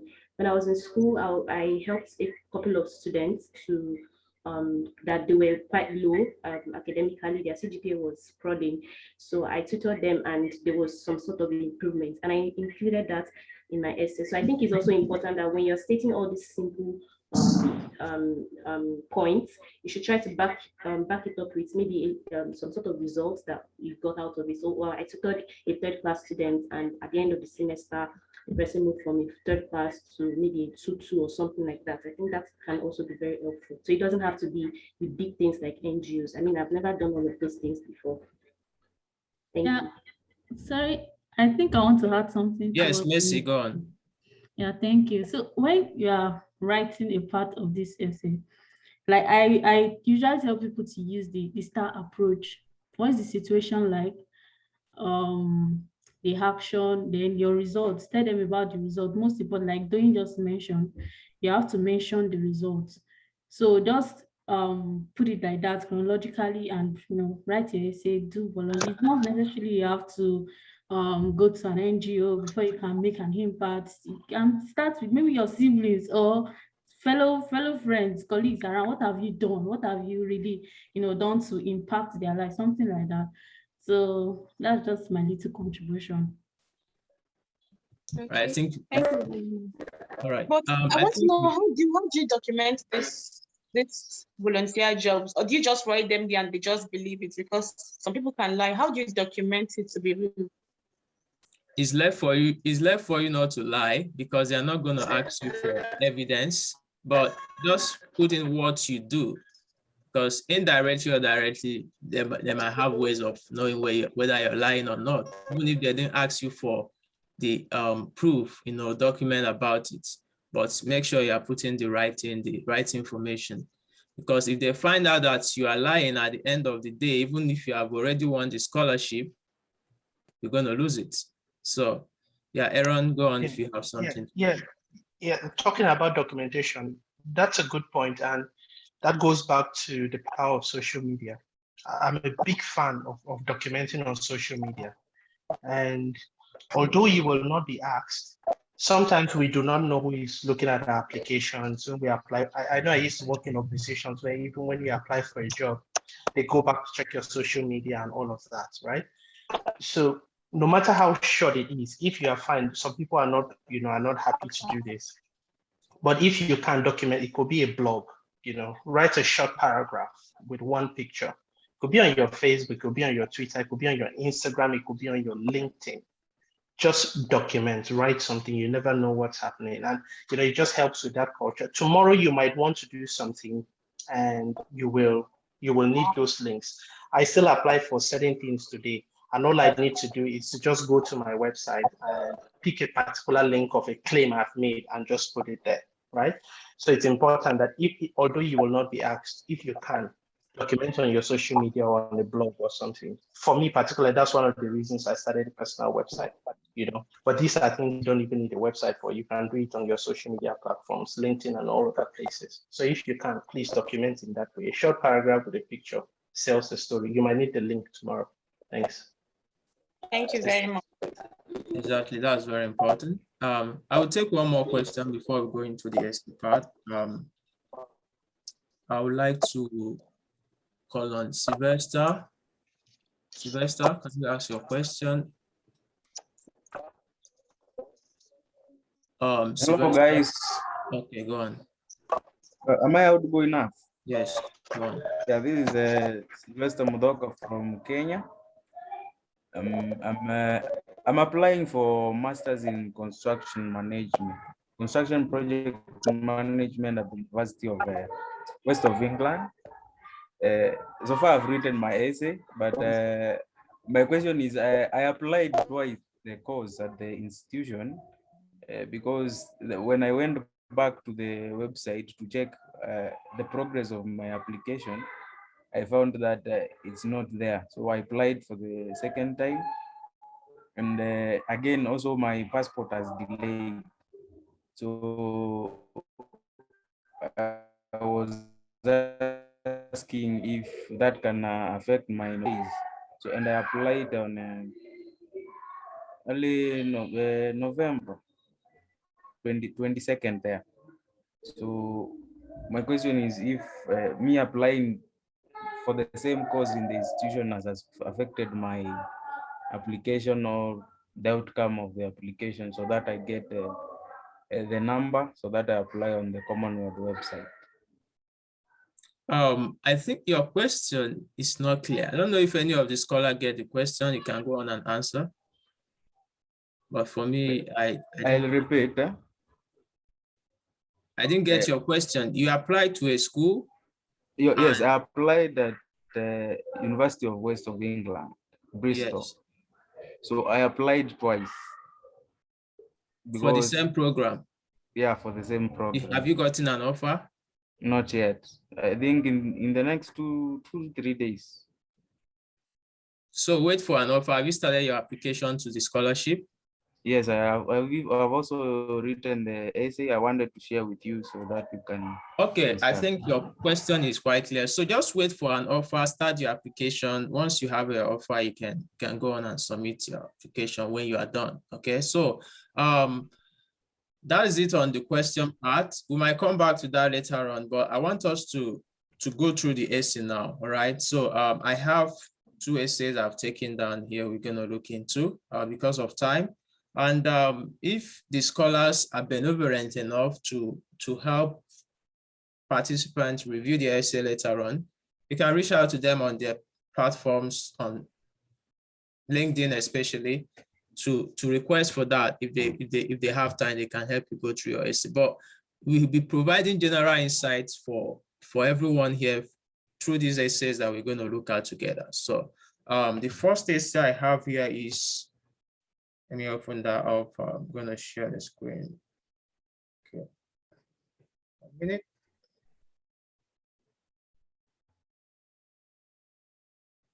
Okay.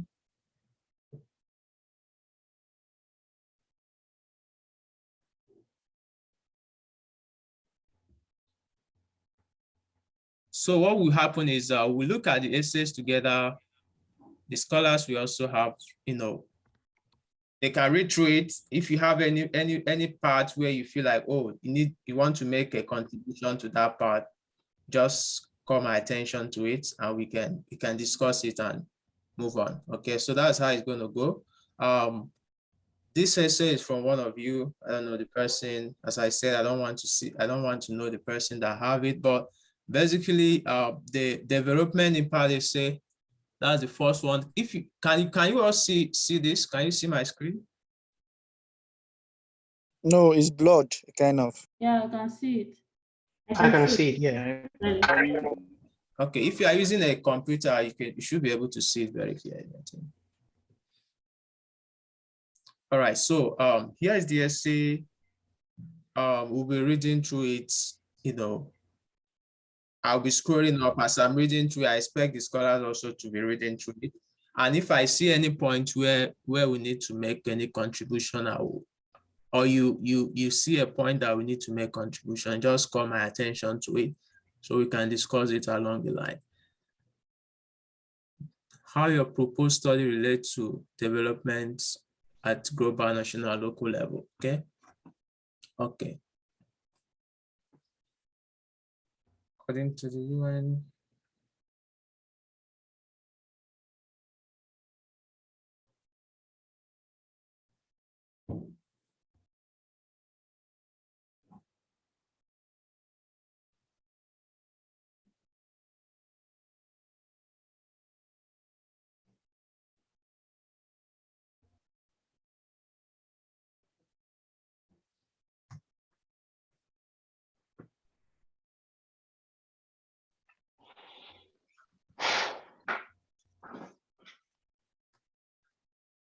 Am I able to jump in? yes, go on. Okay, can you just scroll down a bit, Sunday? Just slightly. I want to go back to the question. Okay. Yeah, just slightly. I want to refer to the question. This one here? No, to the question, just the top. Yeah, so I think this essay, to start with, looks good. I like the use of data and the references there. I mean, that's a very good way to get the attention of people. It shows you've done your research. It shows you've done your homework by putting just data from, I've seen data from the UNDP, seen data from the World Bank as well. But for me, I might be wrong, but or it might not be clear. It might be inferred, but I'm not entirely. So the question is two-pronged. Development issues at global, national, and local level. Yeah, and I've seen that data describing that. But the second bit of the question regarding your chosen CSE theme and to the wider sector, I have not seen that clearly here. And it might be that the person has inferred it, but the CSE themes are clear on the website.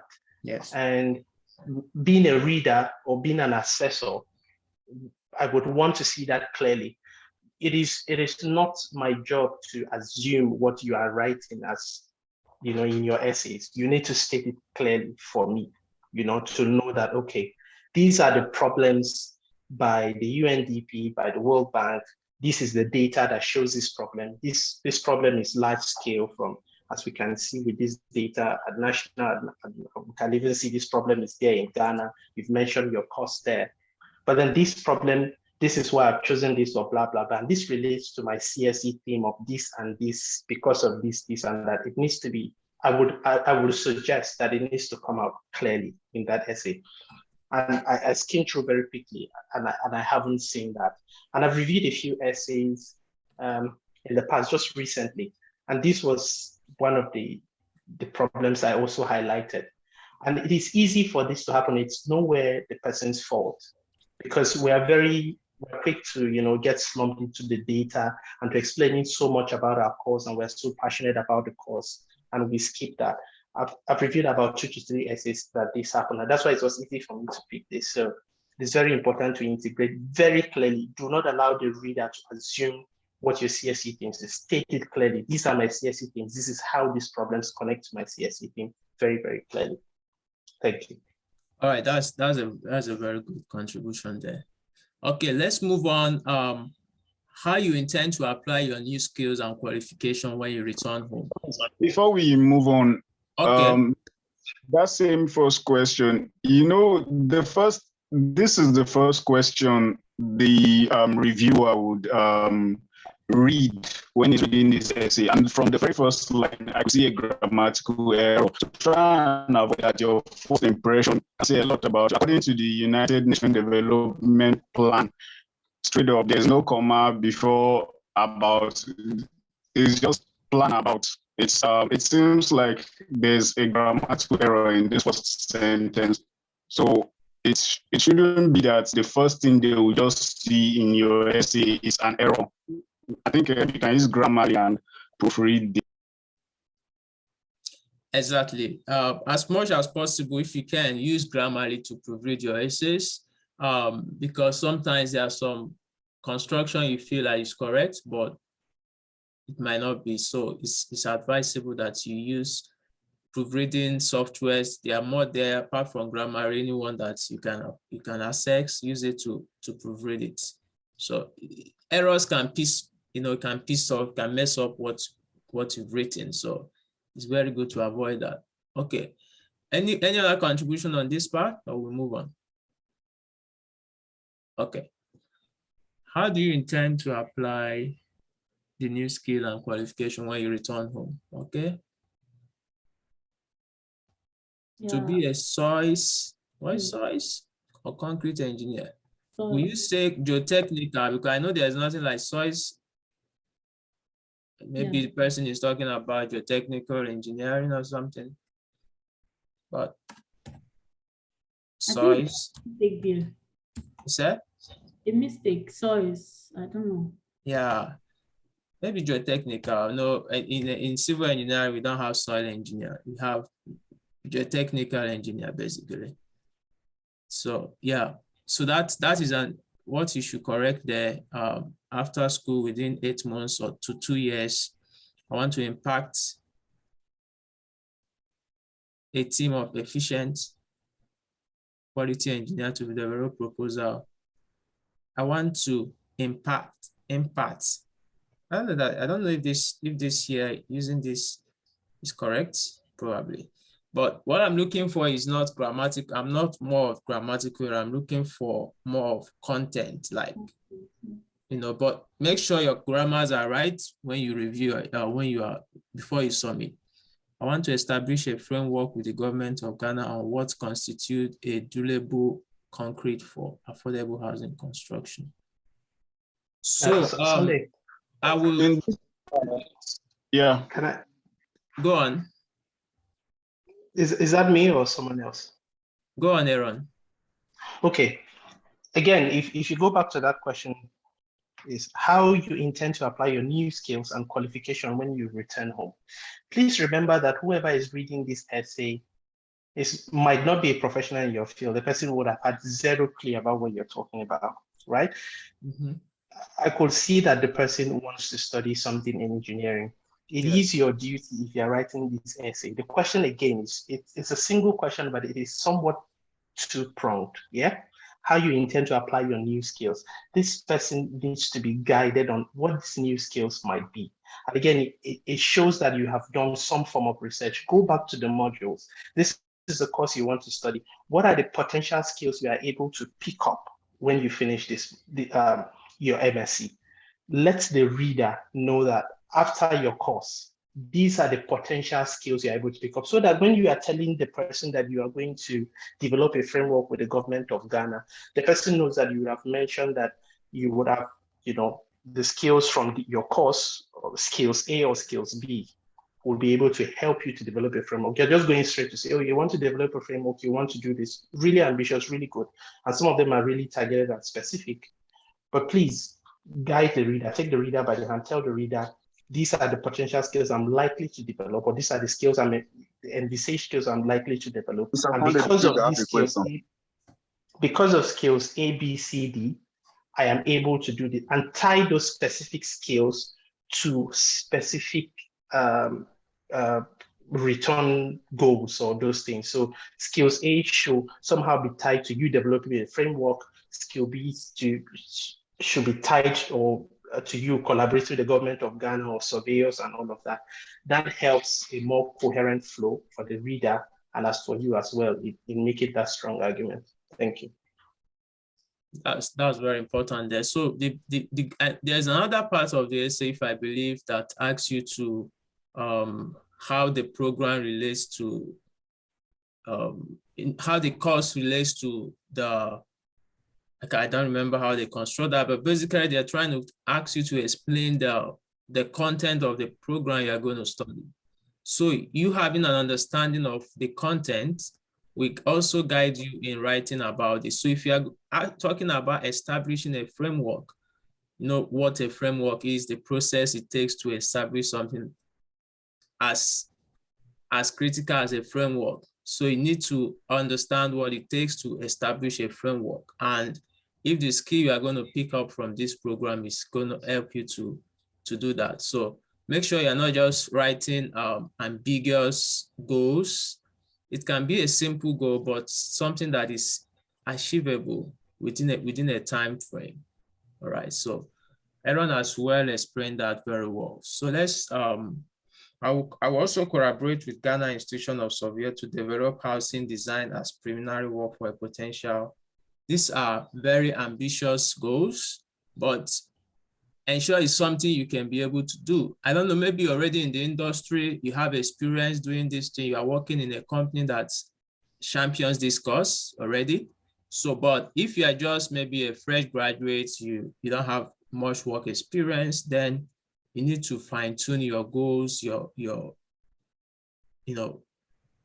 what you want to achieve in a way that aligns with your skills that you're going to acquire at the end of the day.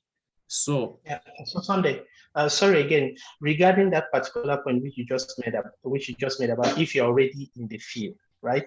It's important that if you're already in the field, it's very good that you're going to leverage on some of these things, right? But from the way this person has written it, I'm not able to tell if you're already in the field or not. Do not allow the reader to assume. Always take the reader by the hand. Let the reader know very clearly if you're already in the field or not, right? So that the reader is able to know, okay, this person has experience already. So, okay, this might not be entirely ambitious because this person has been doing this, might be doing that already. So that might help.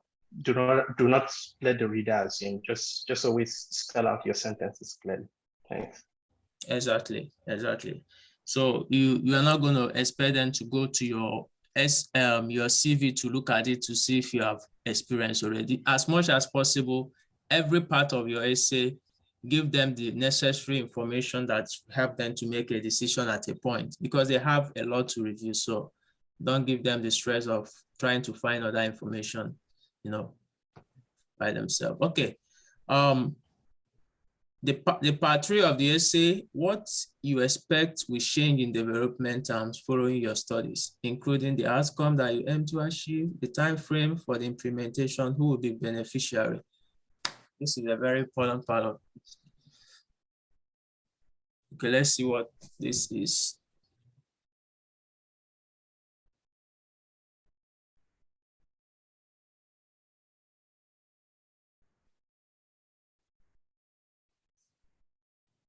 Okay.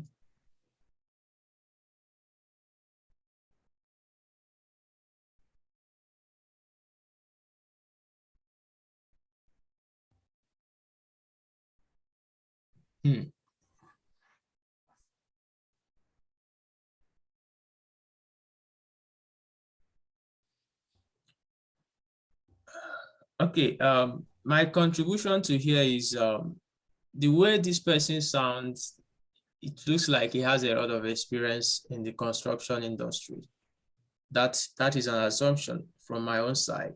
But these are ambitious goals, especially when you say between 3 to 9 months, they are very, very ambitious.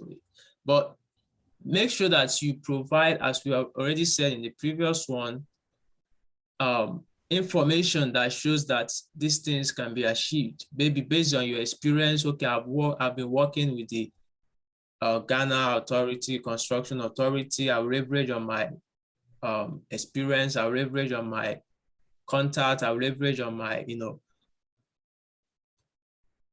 So those are the things that you need to show, okay? These are good points, but when it is too ambiguous or ambitious, let me use that word, and you are not able to put it in a way that will show them that, oh, this thing is what you can actually achieve within this time frame. All right, so put in something that is easy for you to achieve, because they know what you can achieve. All right, so they don't expect you to influence policies in your country at this stage. You can still do that in maybe in the next 5, 10, 20 years, long-term goals. But at this moment, what are the methods you can use to solve this problem, especially the slum? What are the short-term solutions It can also state the long-term solutions, but if you are talking about 3 to 9 months, eradicating, slums in this community might not be that feasible, but there might be Can a you just short-term scroll, solution. Sunday? So yeah, go on. Can you just scroll? It looks like there's still a bit more Yeah, there's still a information. bit here. Yeah. Yeah. And it seems like the timeline has to all align. Like in the second essay, you talked about getting a job within 8 to 12 months, and then you're talking about forming a team 3 to 9 months. So what if you don't have the job first? So if the job doesn't come till like maybe 8 months, is it within 1 month that you now form the team? Let the timeline like show a growth pattern. It's like somebody working on HIV. You expect that when you come back, the major thing you would focus on at your own level would be like awareness. You wouldn't focus so much on changing policies at that level, just like somebody said. So what can you do within this period that is feasible at that level? I mean, forming a team when you are not sure you've gotten a job, I think that should come later, not like as soon as you get back. Sorry, I can't really hear Augustine. I don't know if it's just me, but I can't hear him. His voice is Augustine, breaking up. your mic, I don't know the people that are following you this afternoon. Sunday, just scroll down, please. Let me just read let me finish it. Okay. Yes, go on. Yeah, I think, what I was actually trying to say is what the point Augustine is trying to raise. Okay. So I think the person should just concerning the time.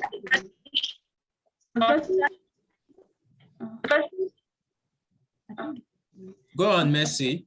Yeah, I think the person should just give time frames for each of, like, okay, let's say you're talking about you trying to go into drug production or something. Or you can just talk about the short-term goals, the medium-term goals, then the long-term goals, then give a particular time to achieving those things. And it should not be scattered. Let's say, for example, maybe for the short term, we are trying to say in 4 months time or in 5 months time, I will do this. I think the goals should be realistic, and the goals should be, for example, let's say for the long-term goals, you cannot start talking about something that you will achieve in some years time. So for the short-term goals should be something that is achievable within that short period of time. So I think the person should just outline some of these things, especially the time frames, talk about the short term, what he or she will achieve during that term, then talk about the medium term, then talk about maybe career goals for the long term. So I think that will also help in this particular question, which Augustine is trying to actually raise. The point Augustine is trying to raise, I think, is something like that. Yeah. Okay. Okay. Sunday, can I jump in? Yeah, go on. Okay. The two people have talked about, all those very practical questions, and I wouldn't want to they've nailed it there. So just go back and I'll just to the very beginning. I'll just talk about some sentencing and grammatical points. Okay. Just from the top, just the first sentence. I'm trying to get back to my, let me see. I think there's something wrong. Let me share the screen. Yeah, right. I can't see it anyway. You're saying you've started sharing, but it hasn't come up. Okay, yeah. Yes, it's showing now. So just to the beginning of the essay. This third okay, question, yes. right? Yeah. So yes. So the person started, the major development issue facing my home country, Ghana, for which I embark on this academic journey and motivated to help eradicate is the uprising offspring of slums in Ghana, urban settlements. If you listen to me read it, it's very wordy. I'm getting tired. That is too wordy. You don't have the words. They're asking you 250 words. You can do a lot of magic with that. That is why it's very important, like some people said, please use Grammarly or other softwares. I mean, we're not native speakers. We know sabi this English. You just have to use the help of others. That sentence is too wordy. You could have said that in short, precise word. That part of for which I embark on this academic journey, they already know. That's why you're applying for this master's. That's why you're writing this essay. They know you're already applying. So you don't need to remind them that, right? So try to make your sentences very short and precise. There was a place the person just towards the end, the person used mobilize and uses Z. I know it does not matter, they tell you to use it, but you're applying to a UK scholarship. Please use British English, yeah? Mobilize it or subsidize, you can use an S instead of a Z, and try to go through all your essays and ensure that your English, your spellings are in British English.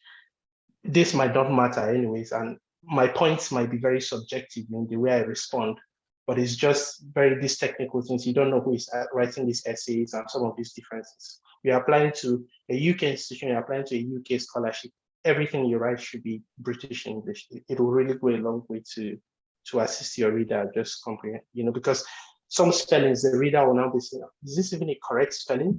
Because the reader is a native British English speaker and doesn't even know maybe the spellings that are being in the US. So that will also help. Thank you. All right.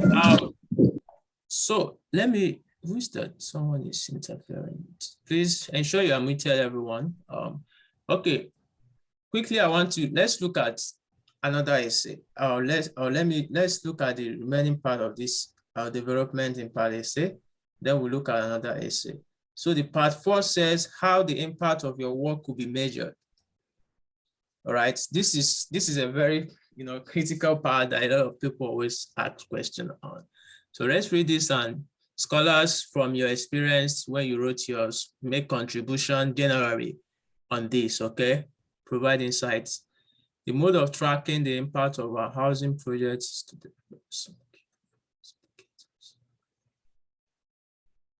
Okay. Can I say something? Go on, please. Yeah, when I was actually writing my essay on this part, I was specific. I was going straight to the point. So like, how will your work be best measured? So I was telling them the results that I will actually get. Like, for example, I told them the number of publications I was going to get within the social period, the number of workshops I would have organized, the number of maybe grants that I would have attracted, something like that. So that was the way I was just going straight to the point, because I have 100 words here. So there was not too much words like that. So I had to tell them the results I'll be getting. So something like, and whatever results you'll be getting is based on maybe the skills and whatever you've learned, which you would have, the results would actually be as a result of what you have done, the impact you have made. So I think the person should just see it that way. So what impacts, what results will you get from, okay, you trying to make an impact? So I think the person should just put it that way. So I think that should be the response to this question, and the person should just go straight to the point. Okay, thank you very much for that, Missy. And just another point. Yes, go on. Just another point. And this is not on this point entirely, because the person who just spoke, I mean, you've nailed it there. I want to commend whoever wrote these essays for one reason, that all the essays are telling a coherent story. So these are different essays for those who are listening and those who are preparing to write or have written. They are all different questions and different essays, and they're asking you different things. But please remember that all of your essays should tell one story. And this person have tried very well to do this by talking about housing, slums, and housing issues with citizens and all that. All of these essays are telling this story. Please do not write your essays with the first one, speaking all the English around HIV, then coming to talk about COVID, going back to talk about malaria and all of this. Try to keep a coherent story. Let all of your essays, the 4, 5, whatever number of essays are should point the reader into telling one story, paint one picture, but then in those different forms of those different essays. Thank you. All right. So that's it on development in part essay. This part is proposed study in the UK. Provide a short outline of your proposed study in the UK. I remember when we applied then, there wasn't anything like proposed study. Aaron, did you write anything on proposed study in the UK? I know there wasn't this part then. I think it was 2 years ago or they introduce this part. So my recent scholars can shed more light on this part. So I think I saw this when I applied for my PhD, although okay. I wasn't smart enough to get that. Okay, Adedoyin, Darcy, Mercy, you guys, Dustin, how do you go about this part? Just read it and make a general contribution so we don't have to revisit it.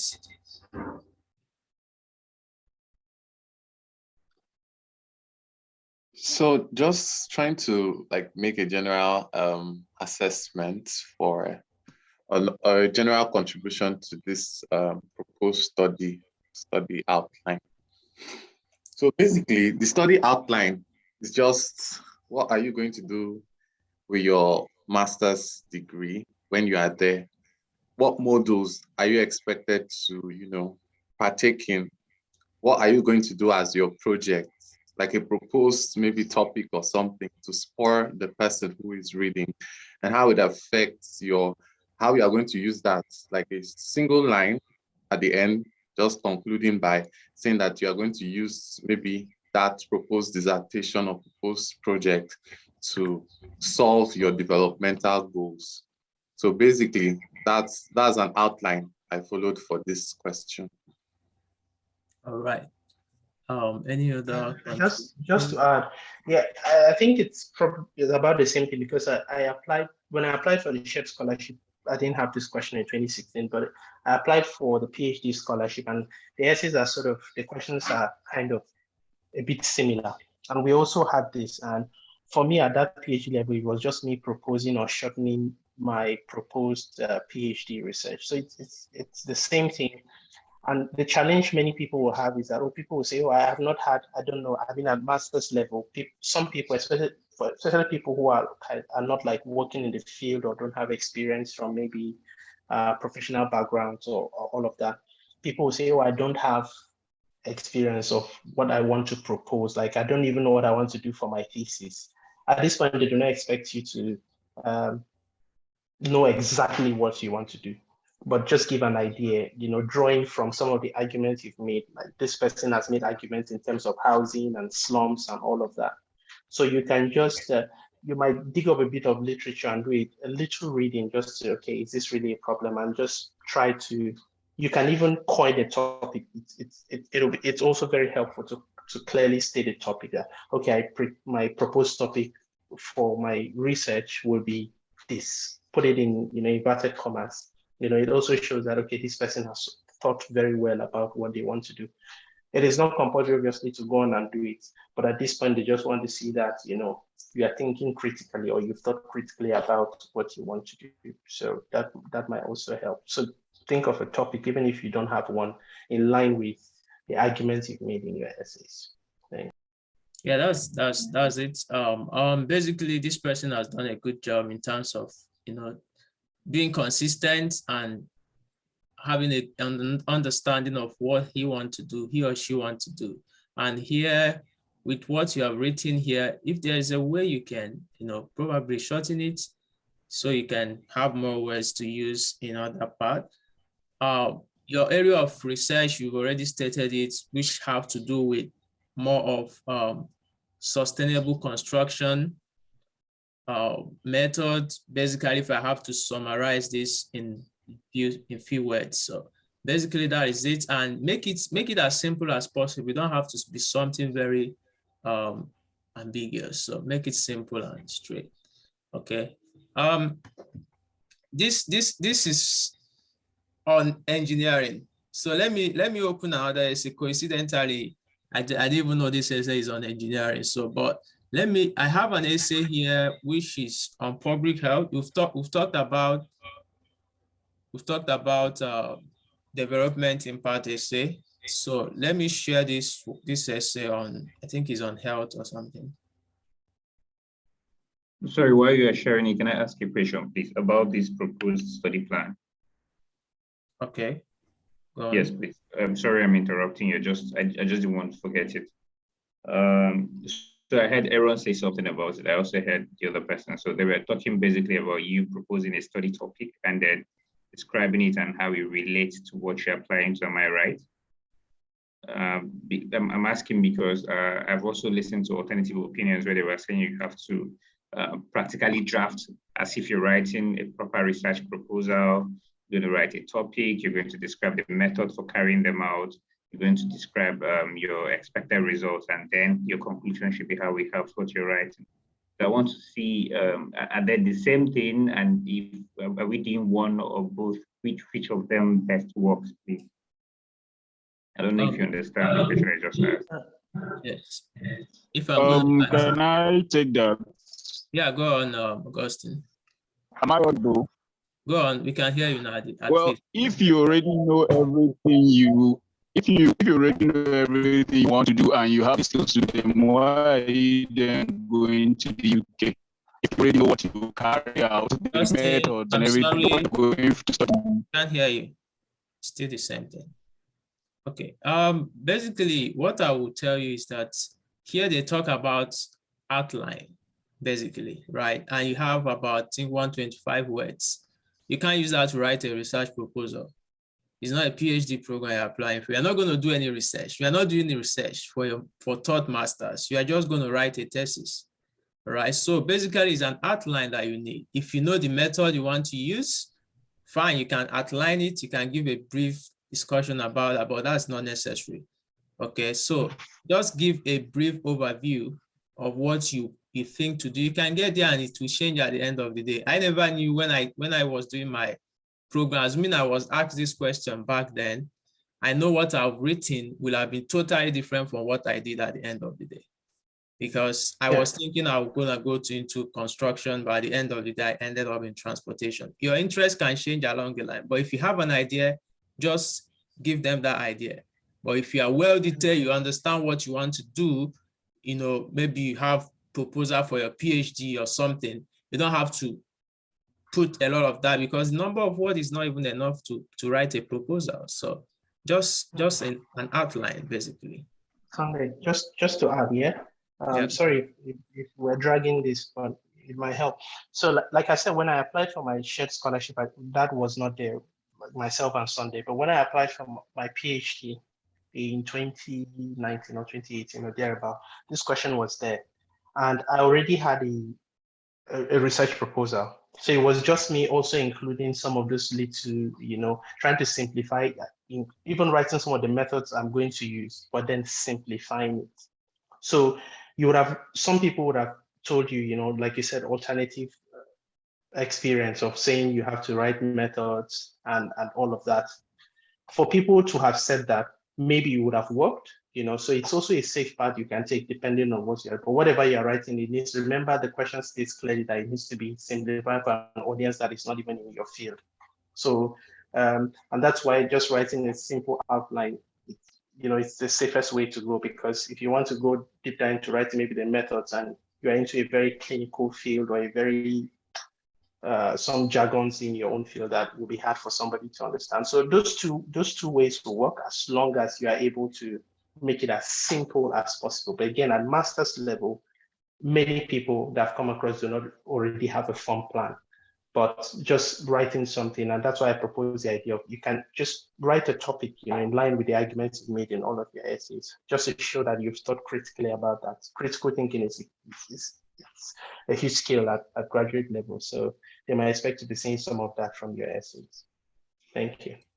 All right. And as Austin was trying to say before I don't know, his mic or something, you are coming into the UK. They expect that you are coming to gain skills. You are coming to gain these things. So you may not have everything. That's why they said outline. And it's even short, 125 words, because they just want to pick out, what are the key things in your program that makes it look exciting, that you want to come over here to come and study. So just pick those things, pick a topic that you think you are interested in that tallies with your developmental goal, and tell them that this is what it is and this is how it will help. And that's just it. Thank you. Thank you very much, guys, for that. Okay, basically, let's look at this, the career plan thing. 5-year career plan and long-term career plan. Then after this, we'll look at the personal statement, and that will be it. 5-year career plan.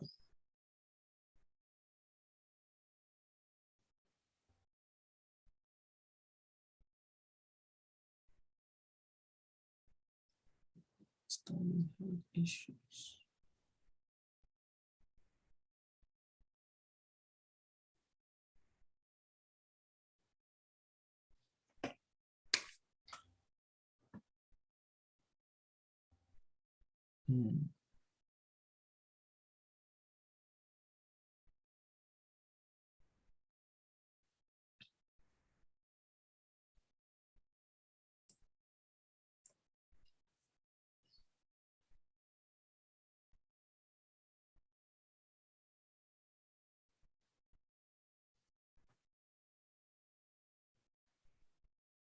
Okay, anyone want to make contribution? Go first on that, because I'm seeing something here. I will collaborate with government to sponsor and offer grant for research.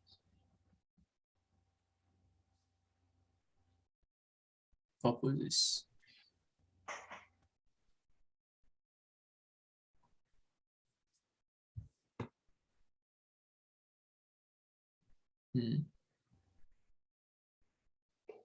Yeah, just to start with, after my MSc program, the vast knowledge, skills, and experiences I would have garnered will help me embark on various researches that will be rooted in STEM cell, blah, blah, blah. Going back to the last statement I made, remember whoever is reading this, your essay might not even be in your field.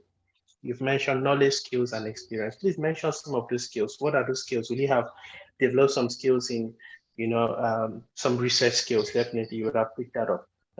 What are those specific? You can mention 1, 2, 3, so that the reader will simply connect some of these claims you are making. Because as far as the reader is concerned, these might just be claims if they cannot be tied with the skills you said you will learn. So again, do not allow the reader to assume. Mention some of those skills that you would have mentioned, so that when the person has read this, okay, this skill is there, you are now making a claim, you do some research in stem cells, then the person can clearly make those connections to say, okay, yes, this is feasible because of skill A, skill B, and skill C. The last bit about collaborating with government to sponsor and offer grants for research. I think that seems a bit ambitious. I might be wrong, but please note that whatever we're saying, these are subjective opinions completely. So collaborating with government, that is possible, but it might be helpful to let the reader know or the assessor know in what capacity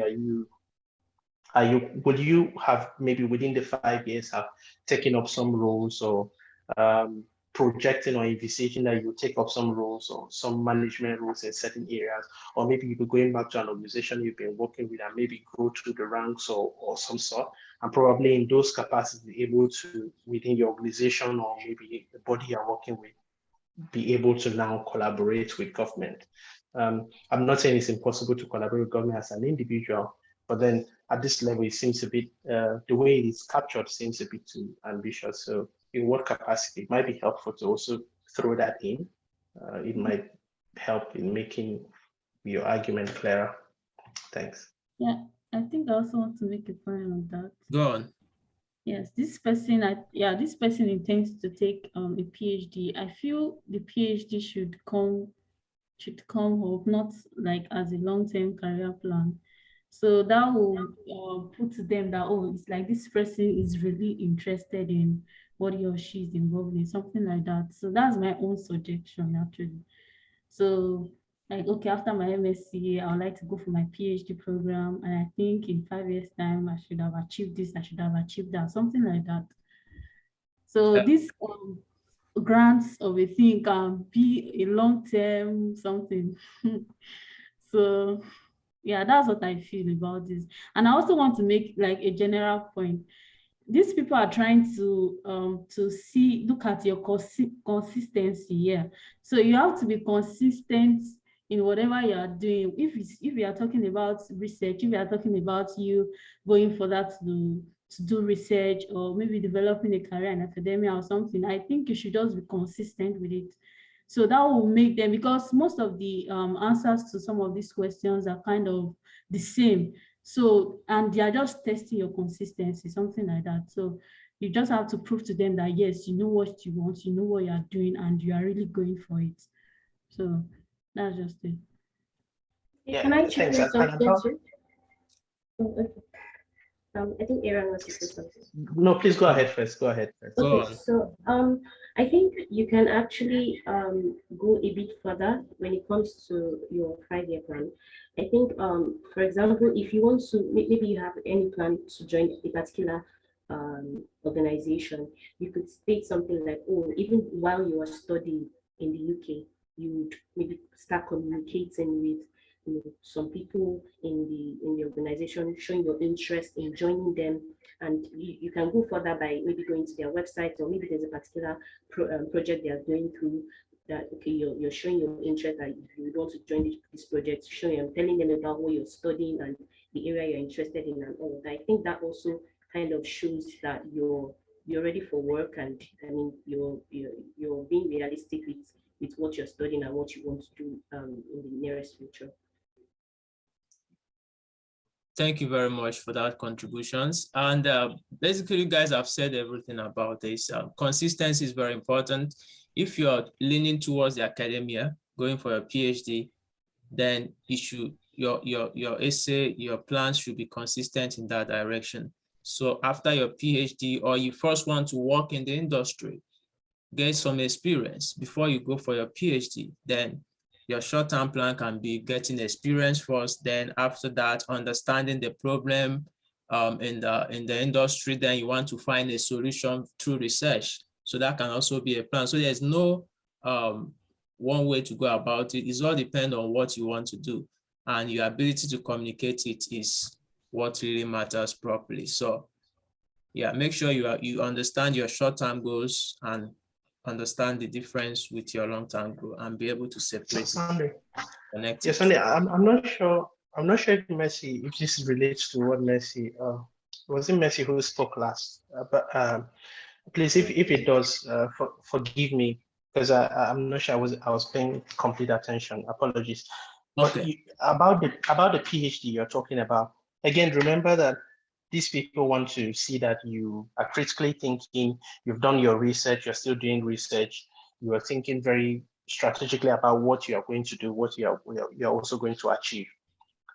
I also think that writing, I intend to pursue my PhD and various fellowship program is a bit too broad. Try to narrow it and make it a bit more specific. Just it could be a PhD in epidemiology or a PhD, because you've made the person have made arguments around stem cells therapy and all of that. If you do a bit more reading, you might have some information on what is in vogue in terms of, the areas of stem cells that, they are researching for PhD or fellowships. Try to make it a bit more specific. And remember at the time I made a case about doing a PhD in epidemiology or something because of my focus on HIV. So if you can narrow it a bit more specific, no one expects you to know exactly what it is, but they just want to see that at least you are thinking in that line. So just writing a PhD with various fellowship. What are those various fellowship programs that you are targeting? Have you seen some? Please write them there. It also helps to show that you have thought very, very well about what you want to do in the next couple of years. Thanks. Yes, that's very important. And even if you're not sure what you want to do, but for the fact that you're writing this essay, sound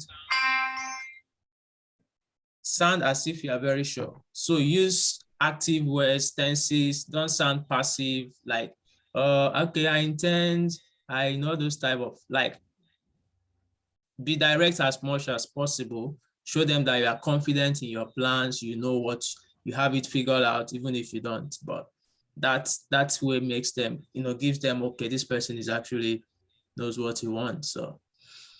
So the last we are running out of time, basically. I know it's going to happen, but on the personal statement essay, we might not be able to read through all this, but we'll make a general contribution. I will allow the scholars one after the other, anyone that want to share more insights on how to go about this essay. Please, that's what we're going to take. We're not going to read through this because this is personal, so we might not be able to make any contribution much on this. Is more of a personal, your experience, your background, everything about you, is personal, it's not generic. So I will stop sharing the screen at this point. I will allow the scholars to share their experience based on how they go about their own personal statement. What do you think should be written? What should you focus on more when writing your personal statement essay? So I will go with Aaron, basically. Let me start with Aaron on that. Okay, thank you, Sandy. For me, the safest strategy I've always used in writing personal statement, SOPs, motivation letters, or whatever name that document is given, is to always sell the story. And for me, a story always works. Some people decide to use data by citing statistics and references about the problem that they think it's in their field or what they want to tackle. And so for me, it's about, for instance, the first bit is what that problem is, and you can explain that by way of a story or statistics or whatever it is you want to use. But stories usually do the trick for me, but not everybody has story. You can use statistics like we saw with the guy, the other person who did with the slums essay, the former engineering essay we looked at.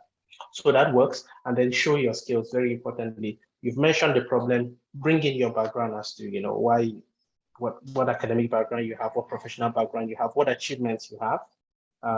Very important. It is your opportunity to use this essay to sell your story. I mean, you are literally blowing your trumpet in this essay. And so start with the story, maybe, or statistics of the problem, bring in your academic, your professional experience, bring in your achievements. State why it's important for you to study that course or where you want to study. Do your research to find out for the institution you want to study those courses. What is there in that institution? Could it be the academics? Could it be the ranking? Could it be some stellar research that's been done within the institution that would give you that platform to study in that institution? And please remember that you would have made arguments about particular problems linked to your CSE themes in the previous essays you've written. Ensure that you are telling the same story if you're writing the personal statement. So for me, that might just be, my tip here. Thanks. Okay, I will make it clear that the personal statement differs across different applications.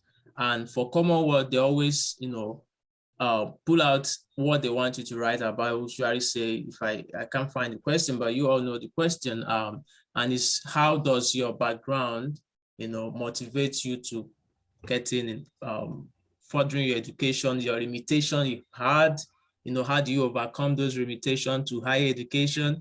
This is what your personal statement is all about. I usually call it motivation letter. I think it was motivation letter before they changed the name to personal statement. But so when you're writing that, you are talking about your background, all right? Leverage on your background. I remember when I will share my experience, then I will allow other scholars to share their experience and provide insight on that. When I was writing mine, I used my background where I grew up. I grew up in a community where education, wasn't a big, it's not something that people appreciate there. People don't go to school much there. Like once you finish secondary school, just go and learn a trade. Even my dad has to, said I have to learn a trade. I'm not going to further my education. So I leverage on all that. How did I convince him to sponsor my education? What did I do? I have to obey him, of course, start a business. I was doing a business. But when I wrote my WAEC, JAM, I passed everything, applied for admission, I got admission. People were like, oh, he had no choice than to sponsor this guy. And people have actually advised him that this guy is brilliant. You have to he's interested in studying, and that encouraged him to sponsor my education. I leveraged on that. I made, I used those information, the background, my dad, my relationship with my dad, how I was able to convince him, and everything, and how that motivated me to pursue education and what I want to achieve by furthering education. I want to make sure that more people have access to education. So this is what this personal statement is all about. Leveraging your background and your experience, your unique experience, and writing something that will draw emotionally the attention of the reviewers. So this essay can pull the trick for you. Every other essay might not, but when you play with the emotions of those people who are reviewing your essay, they might say, oh, this person, no, he has a very humble background. These are the kind of people that understand the challenges local community are facing. And if he have this opportunity, he will be able to make impact in that regard. So that's my summary of how to go about this. So I will allow other scholars, anyone, I won't call any name, but anyone that wants to make contribution to this, please go on. Okay, Sunday, I'd like to say something. Go on, please. Okay, so I agree with you on the personal statements. For me, I did a lot of writing about my background, where I came from, and the things that have happened to me, notable things that happened to me when I was younger, and how I was able to, overcome some few challenges that I feel like there are things that would maybe prevent me from going further in my career and all of that. So it's important you put in all of those things. I mean, you've written a lot of essays about. Sorry, please, I can't hear Join. I don't know Hello? if it's just me, please. Hello? I think it's just you, because I can hear him very clearly. Okay. Can you hear me now? It's a bit better than it was, but I'm almost Okay. crawling into my laptop. Okay, I'll try to be as audible as I can. Okay, so for the personal statement, I'm saying that your background, I feel like you need to like really write things about your background, the challenges you faced. Maybe there's, I mean, I'm not saying that you must have faced challenges or anything, but then anything that any notable thing that maybe has kind of affected you. And also, I think it's also important to write how you overcame that particular challenge or whatever. Yeah, something like that. I think it's a way of making these people know that, oh, you can thrive in any kind of environment, any kind of, no matter what comes at you, you can always pull through and everything. So you should put in that these people are human beings. It's not complete that I'll read your essays. So they are human beings. You need to like try to kind of make them empathize in a way with you, to put them in your shoes in a way. So that I think if you can get to that point where you write and then they are able to put themselves in your shoes, then I think you've won them in a way, maybe 70% or maybe less or more. So I think it's important to do all of that, put all of this information, stating maybe one or two challenges you faced, how you were able to overcome them. It's okay to say you have some limitations. It's okay to say that. I remember I stated something like that, something that I kind of affected me when I was during my undergraduate. I stated something about not being let me just push that aside. Okay, so I stated some personal things that stated that I was kind of challenged in some areas, some limitations that I faced, and then some of them that I'd already overcome. And I also stated that I'm working on some things also, to overcome them. So it's safe to say all these things. I think it's just make them understand that you are human as well, and then you're working on yourself. I think the whole point is for them to know that you are continuously working on yourself. You're not just stuck in one place. You're not you're working on yourself basically. So I think that's what's important, and how that has, all of these things have actually helped you to like has driven you to make the choice to do more, to want to study more, to even go into the program that you really want to go into. So that's my contribution. Okay, any other scholar, one or two more, we round it up on this. Okay, in terms, and also when writing it, avoid pity, like don't sound like, oh, if I didn't win the scholarship, I'm not gonna do this, I need this scholarship. No, don't sound as if you are begging for it. Just provide evidence, like supportive evidence, like that's tangible evidence that show that you deserve to be given the scholarship, but don't write it literally that, oh, this scholarship is the only way I can't afford to further my education. Don't write those things. They already know that. They already stated in the requirement that it should be someone that can't afford to further your education in the UK without the scholarship. So don't repeat it, but just provide evidence that shows that you deserve to win the scholarship, basically. So, and also when writing your development imparted, so remember the 6 themes on the CSC program is related to the SDG goals. So your essay, your development plans must also tie to the SDG goals. That's the Sustainable Development Goals. So if you are talking about any field, whether medicine, health, construction, whatever field you are writing on, it should always tie to the SDG goal. And also remember, even though most of us here, or all of us here, we are on the STEM related side, there are tons of programs, non-STEM program, entrepreneurship programs, a lot of other programs that are offered by the Commonwealth Scholarship body. And you can also apply to that, even if you are not in the STEM, it's the STEM field. So don't feel like, oh, this scholarship is not for you. Go to the website, check it out. You have programs that you can apply to there.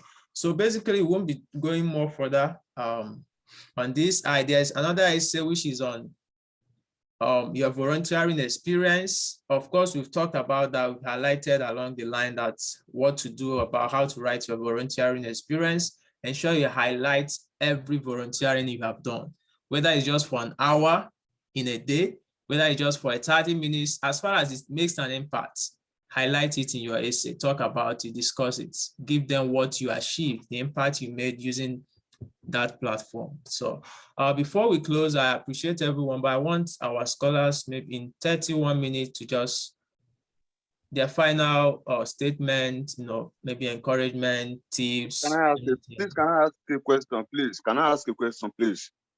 You have a question? Okay, I will take 2 questions if there is any 2 questions. Go on. Yes, sir. I have a question. Good afternoon. Thank you for the insightful lecture about this. Really appreciate it. Thank you, sir. My first question is this.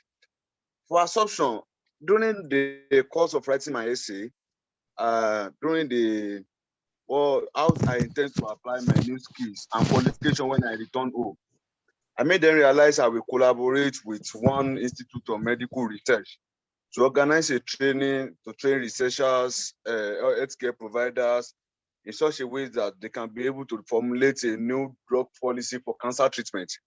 But another concern of mine is, in my middle term, I have been awarded I teach in my university as a graduate teaching assistant. So I'm thinking, I don't know how to put it through into my essay that, okay, if I do this, I will still venture into academia. I don't know if I should just toe the part of the academia or I should toe the part of the research institute so that at least my essay will be coherent and I won't be diverting from one place to the other. That's my question. Thank you so much, sir. Okay, your question is quite clear. In my own opinion, you're not diverging, because being in academia doesn't mean you don't have to make impact in the society. Academia is not separated from the society in terms of the research institute you're talking about. You can be in academia while you're also working as collaborating with organizations to train people on how to do better research or something. Because most of the time, like here at University of Alabama, I'm a graduate research assistant with the Alabama Transportation Institute, right? That is an institute on its own, but almost every faculty, every staff there, they are all professors working with the teaching in the school. So they are all linked together, okay? So you just have to find a way to link it. You are not diverging, in my own opinion. I don't know if anyone else have a contract. Please, I have a question. All right, thank you so much. Okay. Please from the scholar who applied to University of. I don't want, if you have a question, you have to ask, don't just bomb. Please, I have a question, please, very important. Can I ask? Hello, I want us to be coordinated here, please. I will take one more question. Hello. I will take one more question, and I'm taking that from someone that has a name, not Techno Spark or something like that. Please, I have a question. My name is Adefisayo. Yes, sir, I'm here. Go on with your question. All right, please, in applying to these universities, how would they know that I'm actually applying for a Commonwealth Scholarship? Because I think Royal Agricultural University, when I applied, they told me to submit a document requesting a letter from my funding source. But I didn't see any provision where you can state that, okay, you are you're applying to the Commonwealth Shared Scholarship. So in this aspect, how do I do with it? Basti, can you answer that? Okay, well, in terms of like scholarship and funding source, most times it might be written Okay, I there, think but I you can might ask. not have seen it. Go on, Basti. Secondly, hello? Go on, Basti. Okay. I said sometimes you might have been written there somewhere, but you might have not seen it. And sometimes they expect that you already have a funding source before applying for a scholarship, maybe your parents or whoever is funding you. So for you applying for the Commonwealth Scholarship, the best thing to do is to email them. That's the basic thing. To tell them that you're applying for the Commonwealth Scholarship. This is your reference number for the Commonwealth Scholarship that you're applying for, because obviously there'll be a reference number when you've started your Commonwealth application. So you tell them that you're applying for the Commonwealth Scholarship. This is my reference number. There's no place to like export or a document and put there that this is the funding source because I've not gotten the scholarship. You explain your situation and they sort it out. Thank you. Okay, that's very cool. When it comes to also finally, let me just add, when it comes to that, I didn't see where they will ask you to upload a document. When I was applying, there wasn't any place for me to. Once I stayed at scholarship body, they might ask me what type of scholarship body. I'll just state it there and that's it. So, but if they ask you to upload a document in your case, just mail the school and explain their situation. They will tell you what to do as Percy have already stated. So just a quick one. I will take one more question. I know I didn't want to take it, but let me just do that. And that will be from, I don't know the name, and that is Please, I have a question. 7. Technospark 7. What's your name? I couldn't have. I don't want to take question from, but I'll give you that floor because I don't know. Your name is not Technospark 7 anyway. So, but go on with your question. Technospark 7. Go on with your question. Can you hear me, please? Can you hear me? Go on. Yes, we can hear you. I want to ask about the career plan, the 5-year career plan. Does it include the immediate when I come back from the? Okay, I can't hear you again. I think you are muted. Okay, can you hear me now? Okay. Yes, I said 15 seconds. Okay, does the 5-year career plan also include the immediate plan after returning from the UK, or is it a separate one entirely? It's part of it, basically. Okay, thank you. Yeah. Okay, finally, I'll give room for my fellow scholars here to final word, 1 minute at least. I'll start with Donyi. Just go on. Well, I'm so happy to have joined this today, to be part of it and to contribute in some way. I hope a couple of us must have gained something out of what everybody has said. I'll just kind of advise everyone to just put in your best, put in all your possible best. I remember during my time, this whole application actually kind of affected my work. I was working at the time, and in a way, it affected my work because it was like a full-time job for me. I mean, that was what it took. So I would advise everybody to try to put in their very best into it and hope for the best. Most importantly, I think the whole experience also would help you in some way. Someone stated something about how the application would definitely help you to even kind of be more focused on the things you want to do academically. So you might not even really know much about what you want to do. You might not really have a focus, but writing these essays and the whole experience can actually help you, to do to be more focused and to know the exact areas that you want to do. So I would say that you should put in your best and also enjoy the whole process. And I wish you the best. Thank you.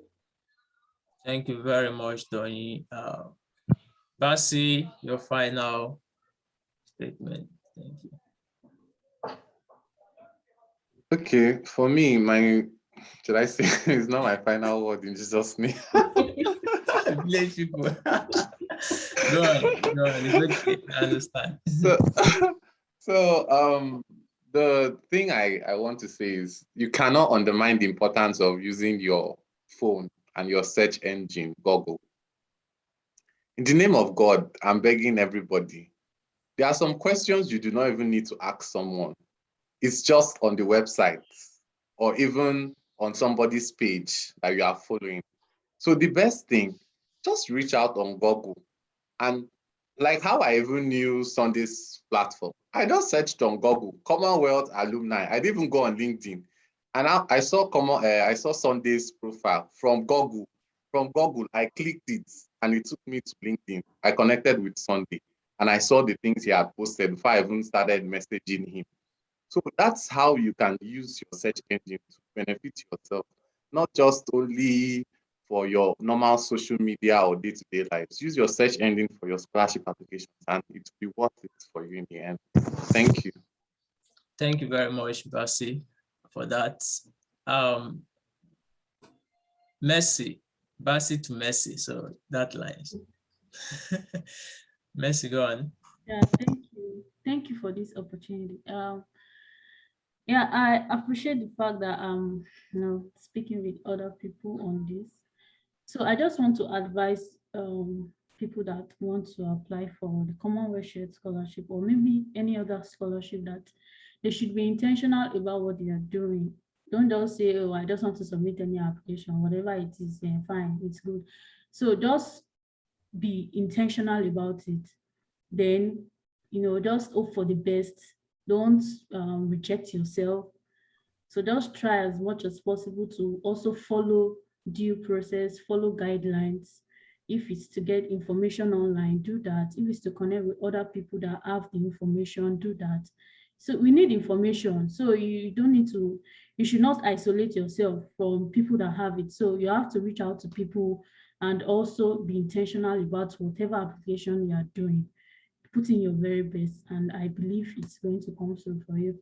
Thank you. Thank you very much, Mercy. Aaron, please.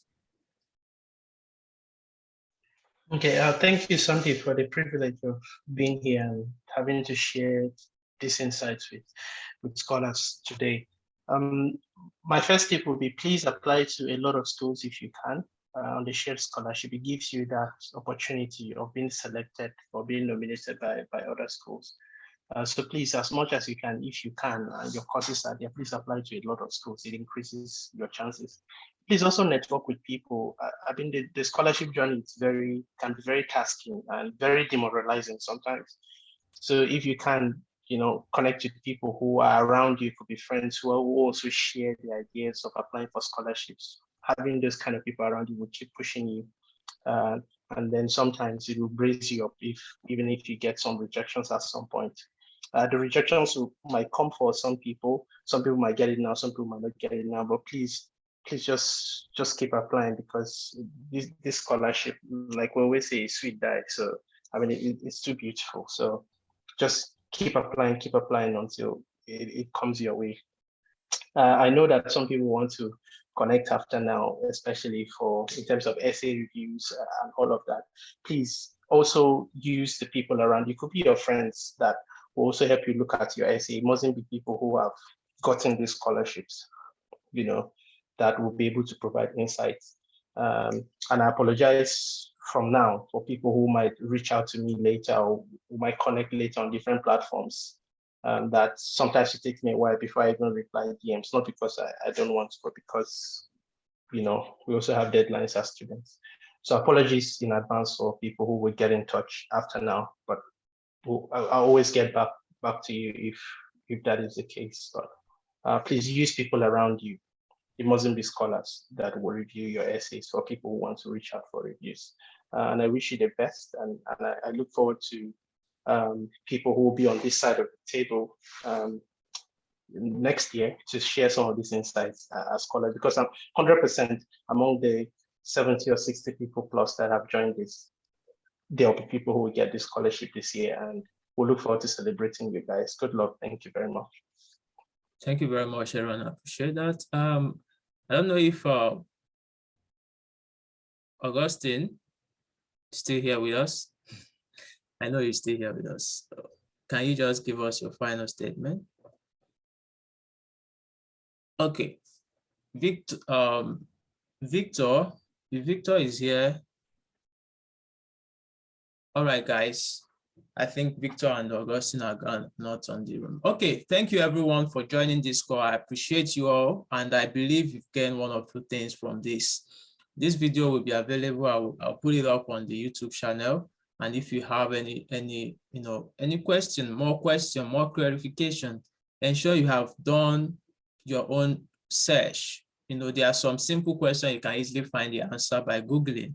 All right, so, and watching videos that has been done before now by other scholars. There are a lot of scholars that share insight on this scholarship. There are a lot of information that's out there for you to explore, for you to leverage on. And I wish you all the best in your applications, and I'm looking forward to hearing the good news from you. Whether you are going to be in the reserve list after people are nominated, like Doni that was on reserve list before she was promoted to the nominee, So, but it's going to work out for you. If it's not Commonwealth, it will be another one. But definitely you're going to get what your heart desires, okay? It might not come now, but it will surely come. Just stay focused and keep working hard on your goals. I wish you all the best. And from me, I would say, it's a wrap up from me here. And all my scholars that joined this call, I appreciate your time. I know it's a sacrifice from your side and also from me. And everyone that is here to the end, thank you guys for joining, and bye for now. Yeah, thank you. Thank you, Sunday. Thank you. Bye, guys. Thanks, Sunday. Bye, guys. All right. Bye. Thanks a lot. I really appreciate this. Take care. I appreciate. Take care. Bye. Bye, Sunday. Thank you.